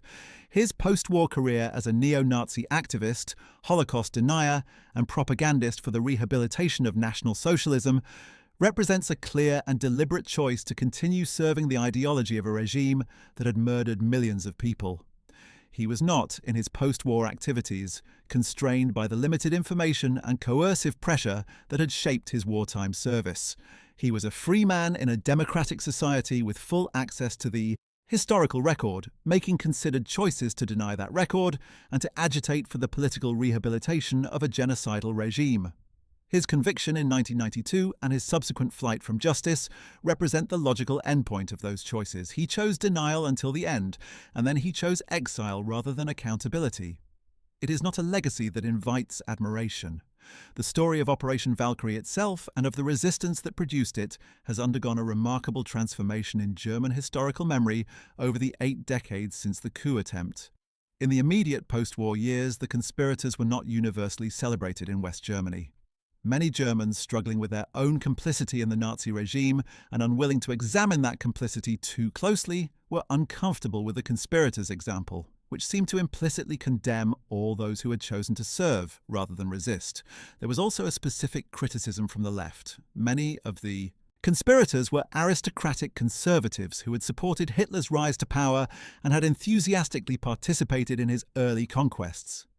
Their opposition to the regime had begun not from the moment Hitler's genocidal intentions became clear, but only when his military failures made Germany's defeat seem inevitable. This criticism, sometimes called the too late objection, has real force, and serious historians have had to grapple with it honestly. But the overall trajectory of German historical memory has moved strongly toward honouring the July 20th conspirators, and the Federal Republic has institutionalized that honor in numerous ways. The Bendler block on the Bendlerstrasse in Berlin, where Stauffenberg and his colleagues were shot, has been converted into the German Resistance Memorial Center, a museum and research center dedicated to documenting all forms of resistance to National Socialism. It opened in 1980 and has been visited by millions of Germans and international visitors. Each July 20th, a ceremony is held at the memorial to honor those who gave their lives in opposition to Hitler.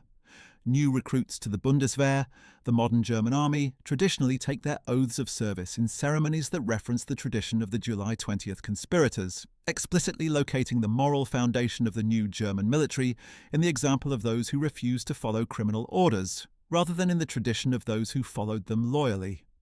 Klaus von Stauffenberg, once condemned as a traitor by men like Remer, is now recognized as one of Germany's great national heroes.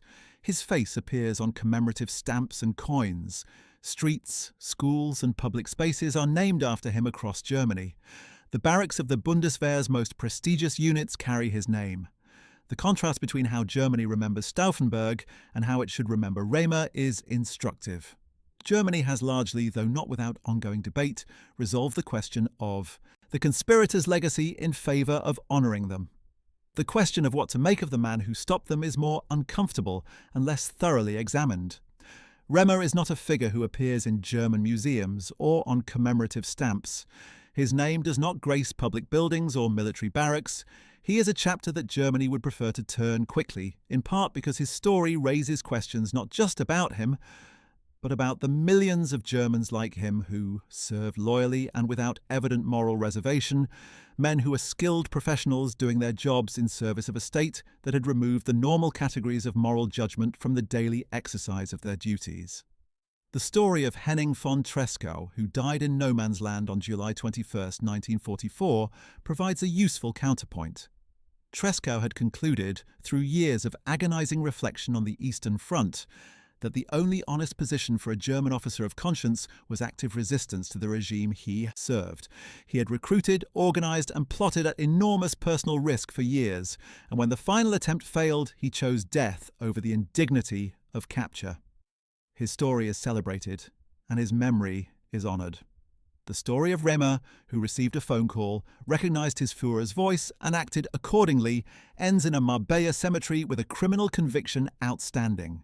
Between these two poles lies almost the entire moral spectrum of the German wartime experience. Millions of individual choices made under varying degrees of constraint and with varying degrees of moral clarity. The challenge for those who study this period is to hold the full complexity of that spectrum in view, without collapsing it into false simplicity in either direction. The particular significance of the July 20th conspiracy in the context of the Second World War's larger moral landscape is worth pausing to consider. Germany was not the only nation to produce a significant resistance movement during the war. France, the Netherlands, Norway, Poland, and many other occupied countries had resistance movements of varying size and effectiveness. But the German resistance was unique in one crucial respect. It was an attempt by citizens of the aggressor nation, the nation that had started the war and was conducting the genocide, to overthrow their own government from within. The French resistance was operating against a foreign occupier. The German resistance was operating against their own state, their own chain of command, their own fellow citizens and soldiers. The personal risks were at least as great, the moral stakes were arguably higher, and the practical difficulties were in many respects more severe.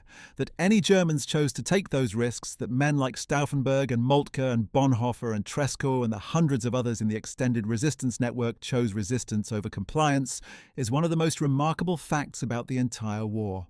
Their example does not redeem Germany from the crimes of the Nazi regime, but it complicates the simple narrative of collective guilt in ways that matter morally and historically.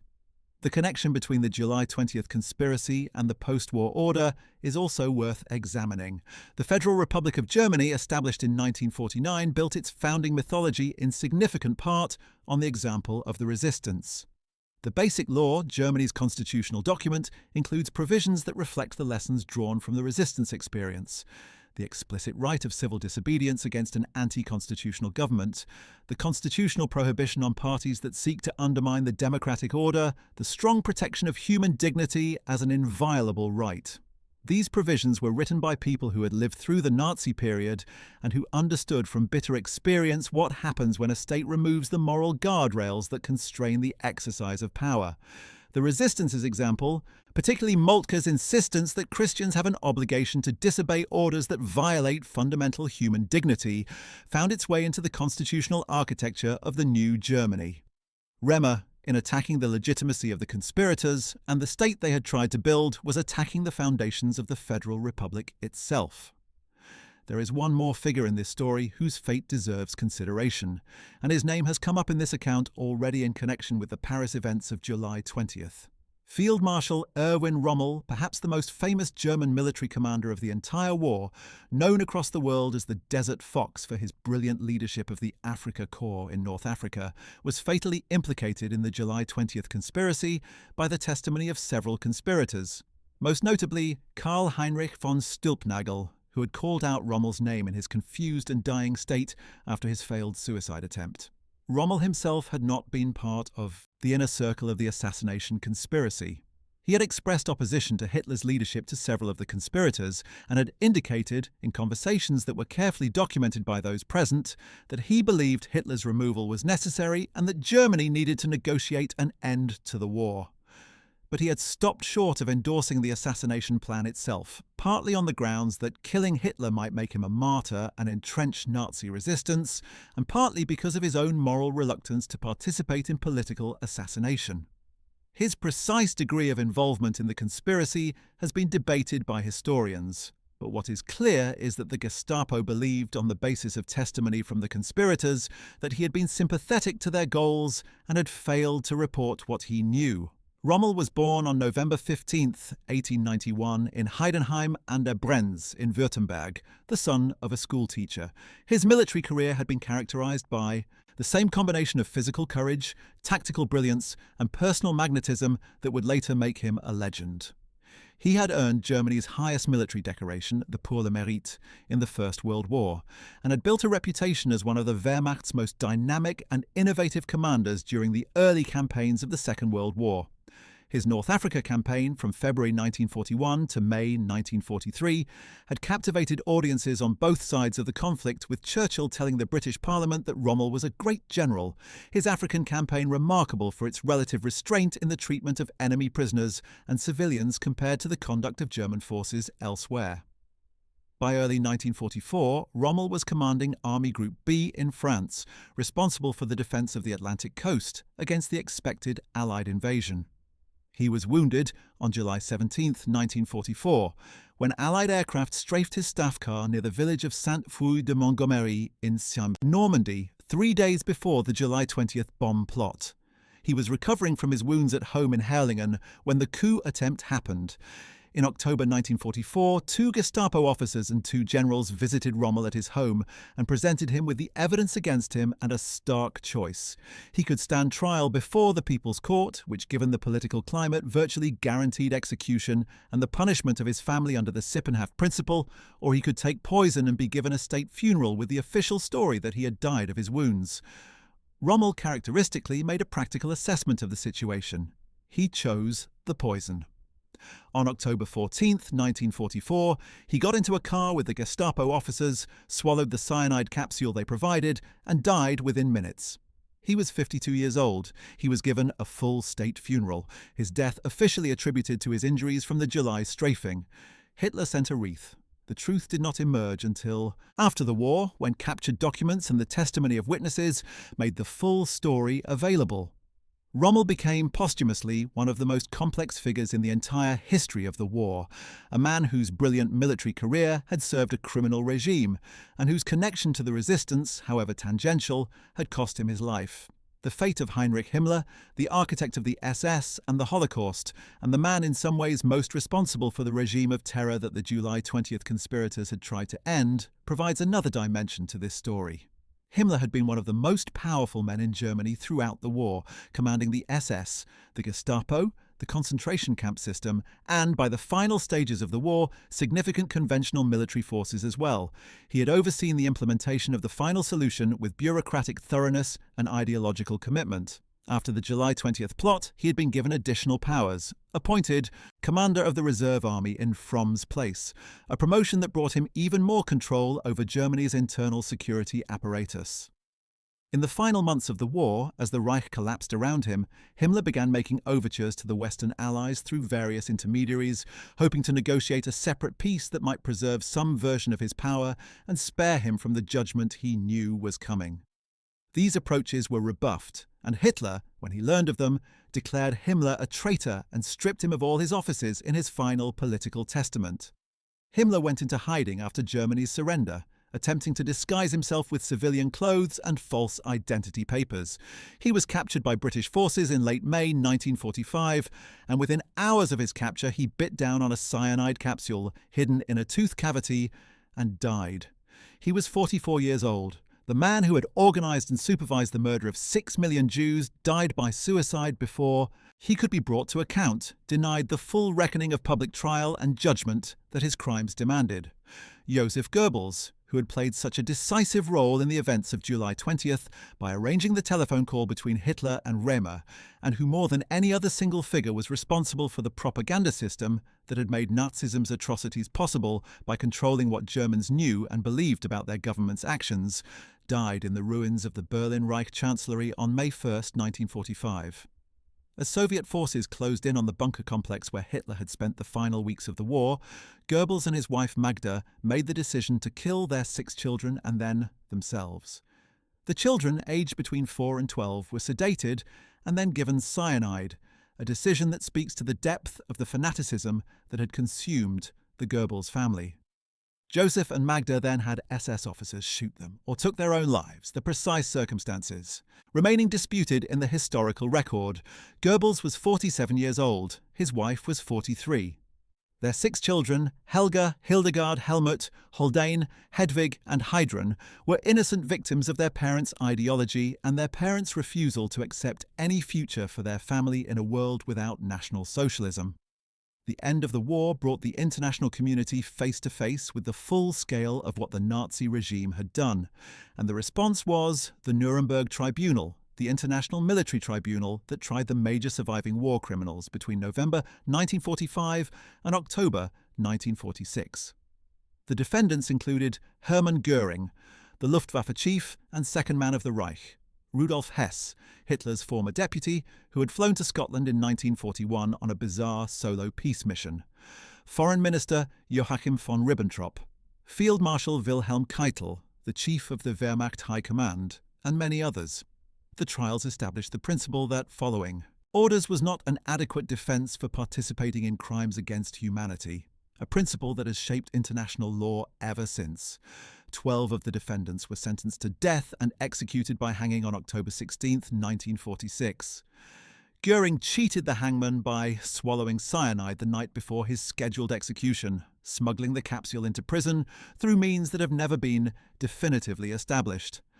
Hess was sentenced to life imprisonment and served 46 years in Spandau prison in Berlin, before dying there in 1987 at the age of 93, the last prisoner in the massive facility. Wilhelm Keitel was among those executed at Nuremberg, and his case illustrates the moral questions that pervade the entire history of the July 20th conspiracy. Keitel had been the chief of the Wehrmacht High Command throughout the war, Hitler's most senior military subordinate, and he had signed or countersigned a series of orders that facilitated mass murder, including the Commissar order, which mandated the summary execution of Soviet political officers, and the Night and Fog Decree, which authorized the disappearance of civilians in occupied territories without trial or notification to their families. At Nuremberg, he offered the classic defense that he had been following orders, that as a soldier he had an obligation to obey the commands of his civilian superiors, and that the responsibility for what those orders produced lay with the political leadership, rather than the military commanders who implemented them. The Nuremberg Tribunal rejected this defense completely, ruling that military officers had an obligation to refuse criminal orders, and that following such orders made them complicit in the crimes they enabled. Keitel was hanged at Nuremberg on October 16, 1946. He was 63 years old. His case has been cited in every subsequent discussion of the limits of military obedience, and it remains relevant to the broader questions raised by the July 20th. Conspiracy and its failure. The question of why more German officers did not resist, why only a relatively small number chose the path of Stauffenberg and Treschow rather than the path of Keitel and Remer, is one that historians have examined from many angles without producing a fully satisfying answer. Part of the answer lies in the specific conditions of the German military culture, which had long emphasized obedience to the chain of command as the highest military virtue. Part of it lies in the specific nature of the Nazi state, which was extraordinarily effective at monitoring and suppressing dissent, and which made the consequences of resistance visible and terrible to everyone in the military hierarchy. Part of it lies in the way the early years of the war had seemed to validate Hitler's judgment, making it easy for officers to convince themselves that even if they had reservations about specific policies, the overall direction of the regime was not their responsibility to challenge. And part of it lies in the simple, irreducible fact of human fear, the fear of death, the fear of pain, the fear of what would happen to one's family, the fear that makes resistance in any totalitarian society an act of extraordinary and exceptional courage. Otto Remer was not an evil man in the ordinary psychological sense of that phrase.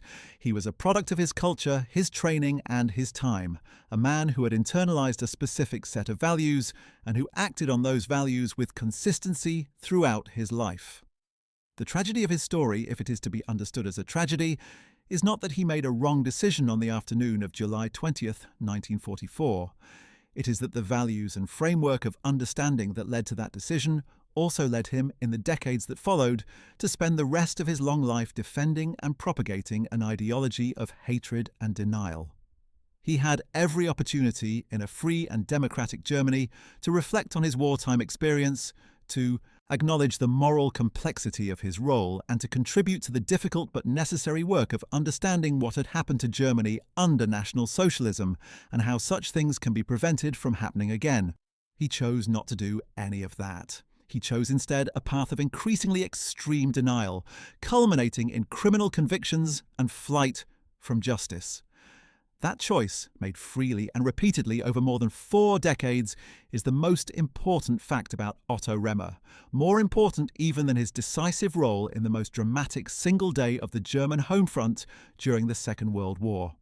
The men and women of the July 20th conspiracy deserve the honor that German historical memory has, gradually, imperfectly, and sometimes belatedly extended to them. They were not perfect people. Many of them had served the regime they ultimately opposed. Some had been slow to recognize the full extent of its crimes. Some carried the compromises and blind spots of their class and their generation. But they made the choice, at the cost of their lives, to act on their conviction that there are limits to what a soldier or a citizen owes to any state, limits defined by the fundamental requirements of human dignity and moral responsibility.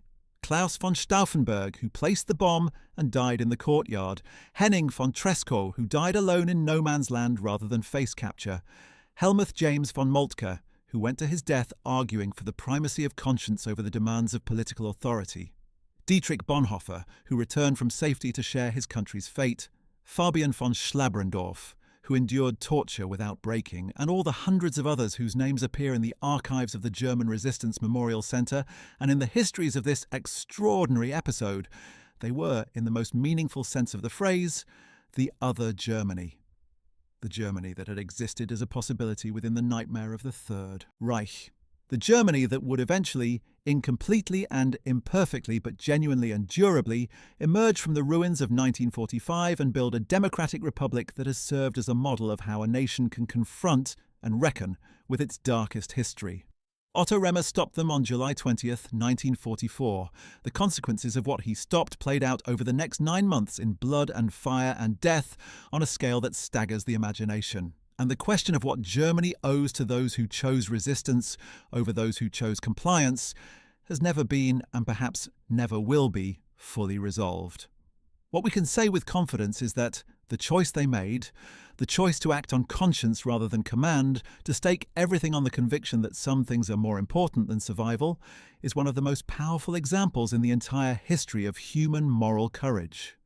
And it deserves to be remembered, not just in July ceremonies at the Bendler Block, but in the daily life of a democracy that these men and women died to make possible.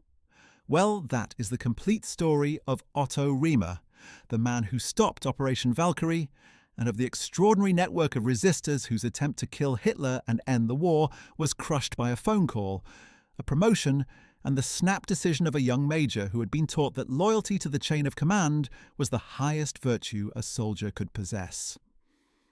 From the briefing room at the Wolf's Lair, to the courtyard of the Bendler Block, from the cellars of the Gestapo, to the People's Court of Roland Freisler, from the concentration camps of Flossenburg and Buchenwald, to the exile communities of Marbella and Damascus, the story of July 20th, 1944, is one of the most compellingly human stories of the entire Second World War. A story of courage and cowardice, of conviction and calculation, of loyalty and betrayal, of men and women who chose, at the moment of maximum danger, to be exactly who they had decided to be. We hope you found this video informative and thought-provoking. If you enjoyed learning about the events of July 20th, 1944 and the extraordinary people who shaped them, make sure to check out our video about what happened to Germany's top field marshals after World War II, which covers many of the senior commanders whose fates intersected with the conspiracy. Don't forget to like this video, subscribe to our channel, and hit the notification bell so you never miss our coverage of the most dramatic events and personalities of the Second World War. See you in the next one. Before we conclude, it is worth pausing to consider several of the other remarkable individuals whose stories intersected with the July 20th conspiracy and whose fates have not been fully explored in the account above. The resistance was not merely a military affair, and its human dimensions extend far beyond the officers and politicians who dominate most accounts of the period. Among the most compelling and least celebrated figures are the women who supported, sheltered, and in many cases directly participated in the resistance networks, often at extraordinary personal risk, and always without the institutional protections that their husbands and brothers and fathers had by virtue of their military rank. Nina von Stauffenberg, born Countess Nina von Lerchenfeld on August 27, 1913, in Mergentheim, married Klaus von Stauffenberg in 1933 and bore him 4 children, with a 5th on the way when her husband was shot in the Bendler Block on July 20, 1944. When news of the coup attempt reached the Nazi authorities, Nina was immediately subjected to the Sippenhaft principle, arrested and separated from her children. She was detained in Ravensbrück concentration camp and later in other facilities, kept isolated and uncertain of her fate for months. Her pregnancy was not sufficient to protect her from arrest, though she was ultimately allowed to give birth. Her 4 older children were taken from her and given new identities and new names by the regime in an attempt to erase their connection to their father. The youngest, Constanze, was born in January 1945 while her mother was still in custody. Nina von Stauffenberg survived the war, was liberated by Allied forces in northern Italy in May 1945, and spent years after the war tracking down her children and rebuilding her family. She was one of the most dignified and persistent voices in the post-war period, speaking about the July 20th conspiracy and the moral convictions of the men who had organized it. She died on April 2, 2006, in Kirchlauter, Bavaria, at the age of 92, having outlived not only the Third Reich but several subsequent German governments, and having witnessed the transformation of her husband from condemned traitor to celebrated national hero. Her own role in the story, sustained through years of suffering and uncertainty with remarkable quiet courage, deserves far more recognition than it typically receives.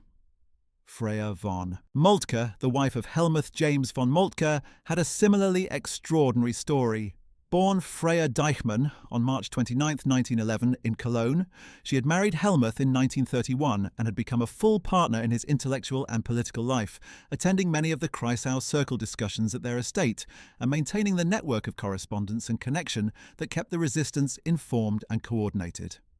After Helmuth's arrest in January 1944, Freya worked tirelessly to support him, visiting him in prison, maintaining contact with other resistance figures, and doing everything in her power to keep him alive and connected to the outside world.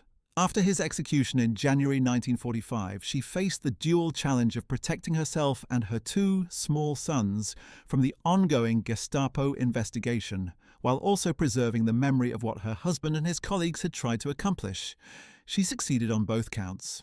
After the war, she worked with Eberhard Bethger and other scholars to document the resistance, and she played a central role in bringing the letters and papers of the Kreisau Circle to public attention.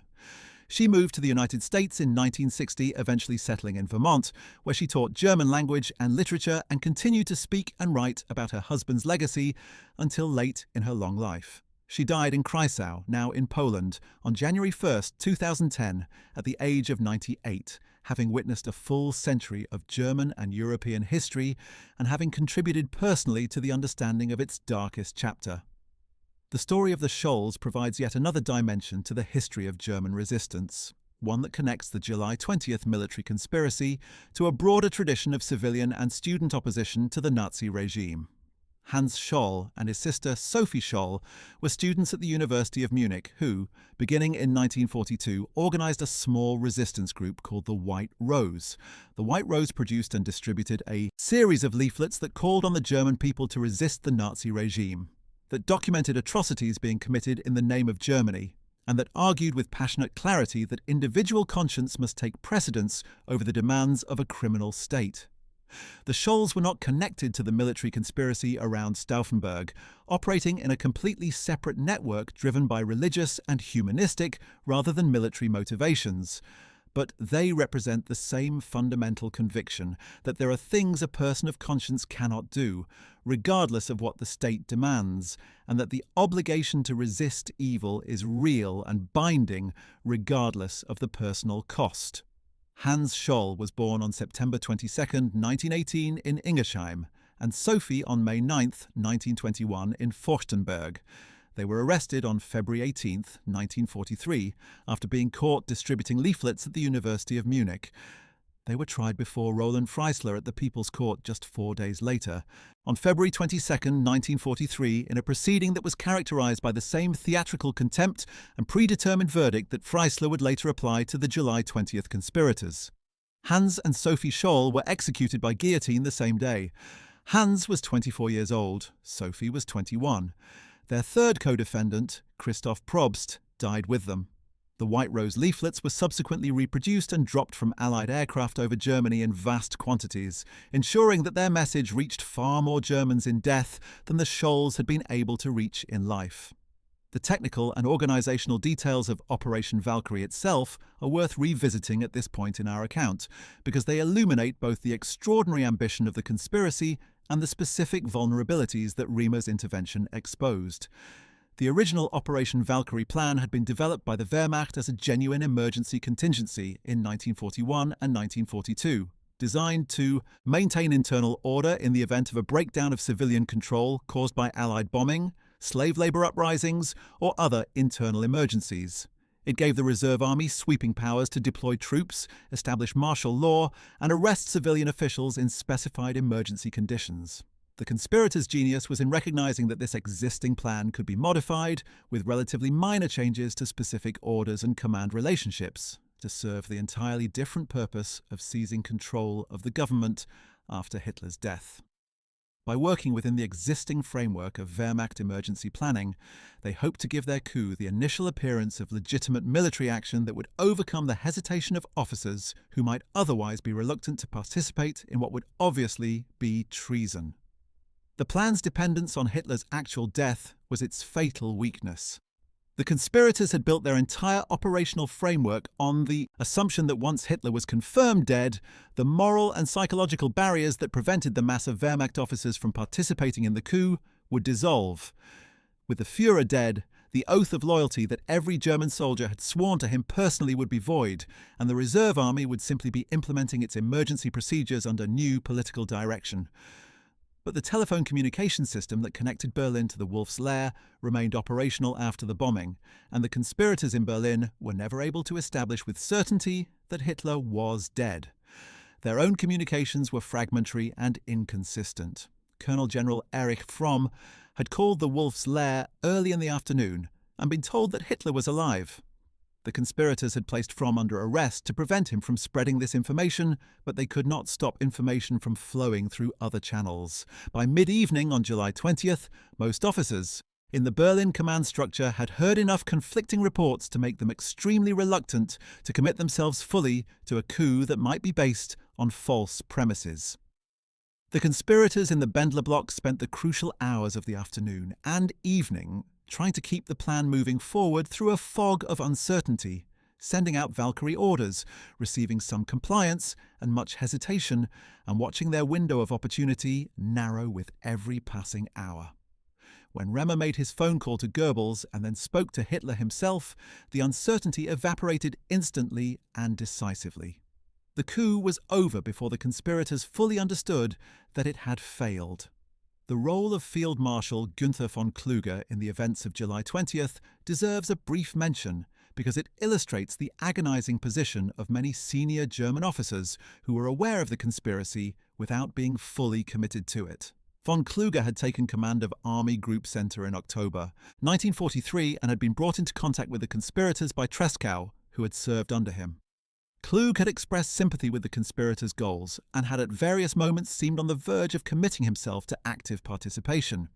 But he was a man of deeply divided loyalties and profound personal anxiety, unable to fully cross the line into open opposition. On July 20th, 1944, he was commanding Army Group B in France after Rommel's wounding. When the coup attempt happened and the conspirators tried to bring him into the action, he equivocated, waiting to see which way events would go. When it became clear that Hitler was alive and the coup had failed, he immediately distanced himself from the conspiracy and declared his loyalty to the Führer. He was relieved of his command in August 1944 as Allied forces broke out from Normandy. And on August 18, 1944, knowing that the Gestapo was investigating his connections to the conspiracy, he took poison and died while being driven east in a military vehicle. He was 63 years old.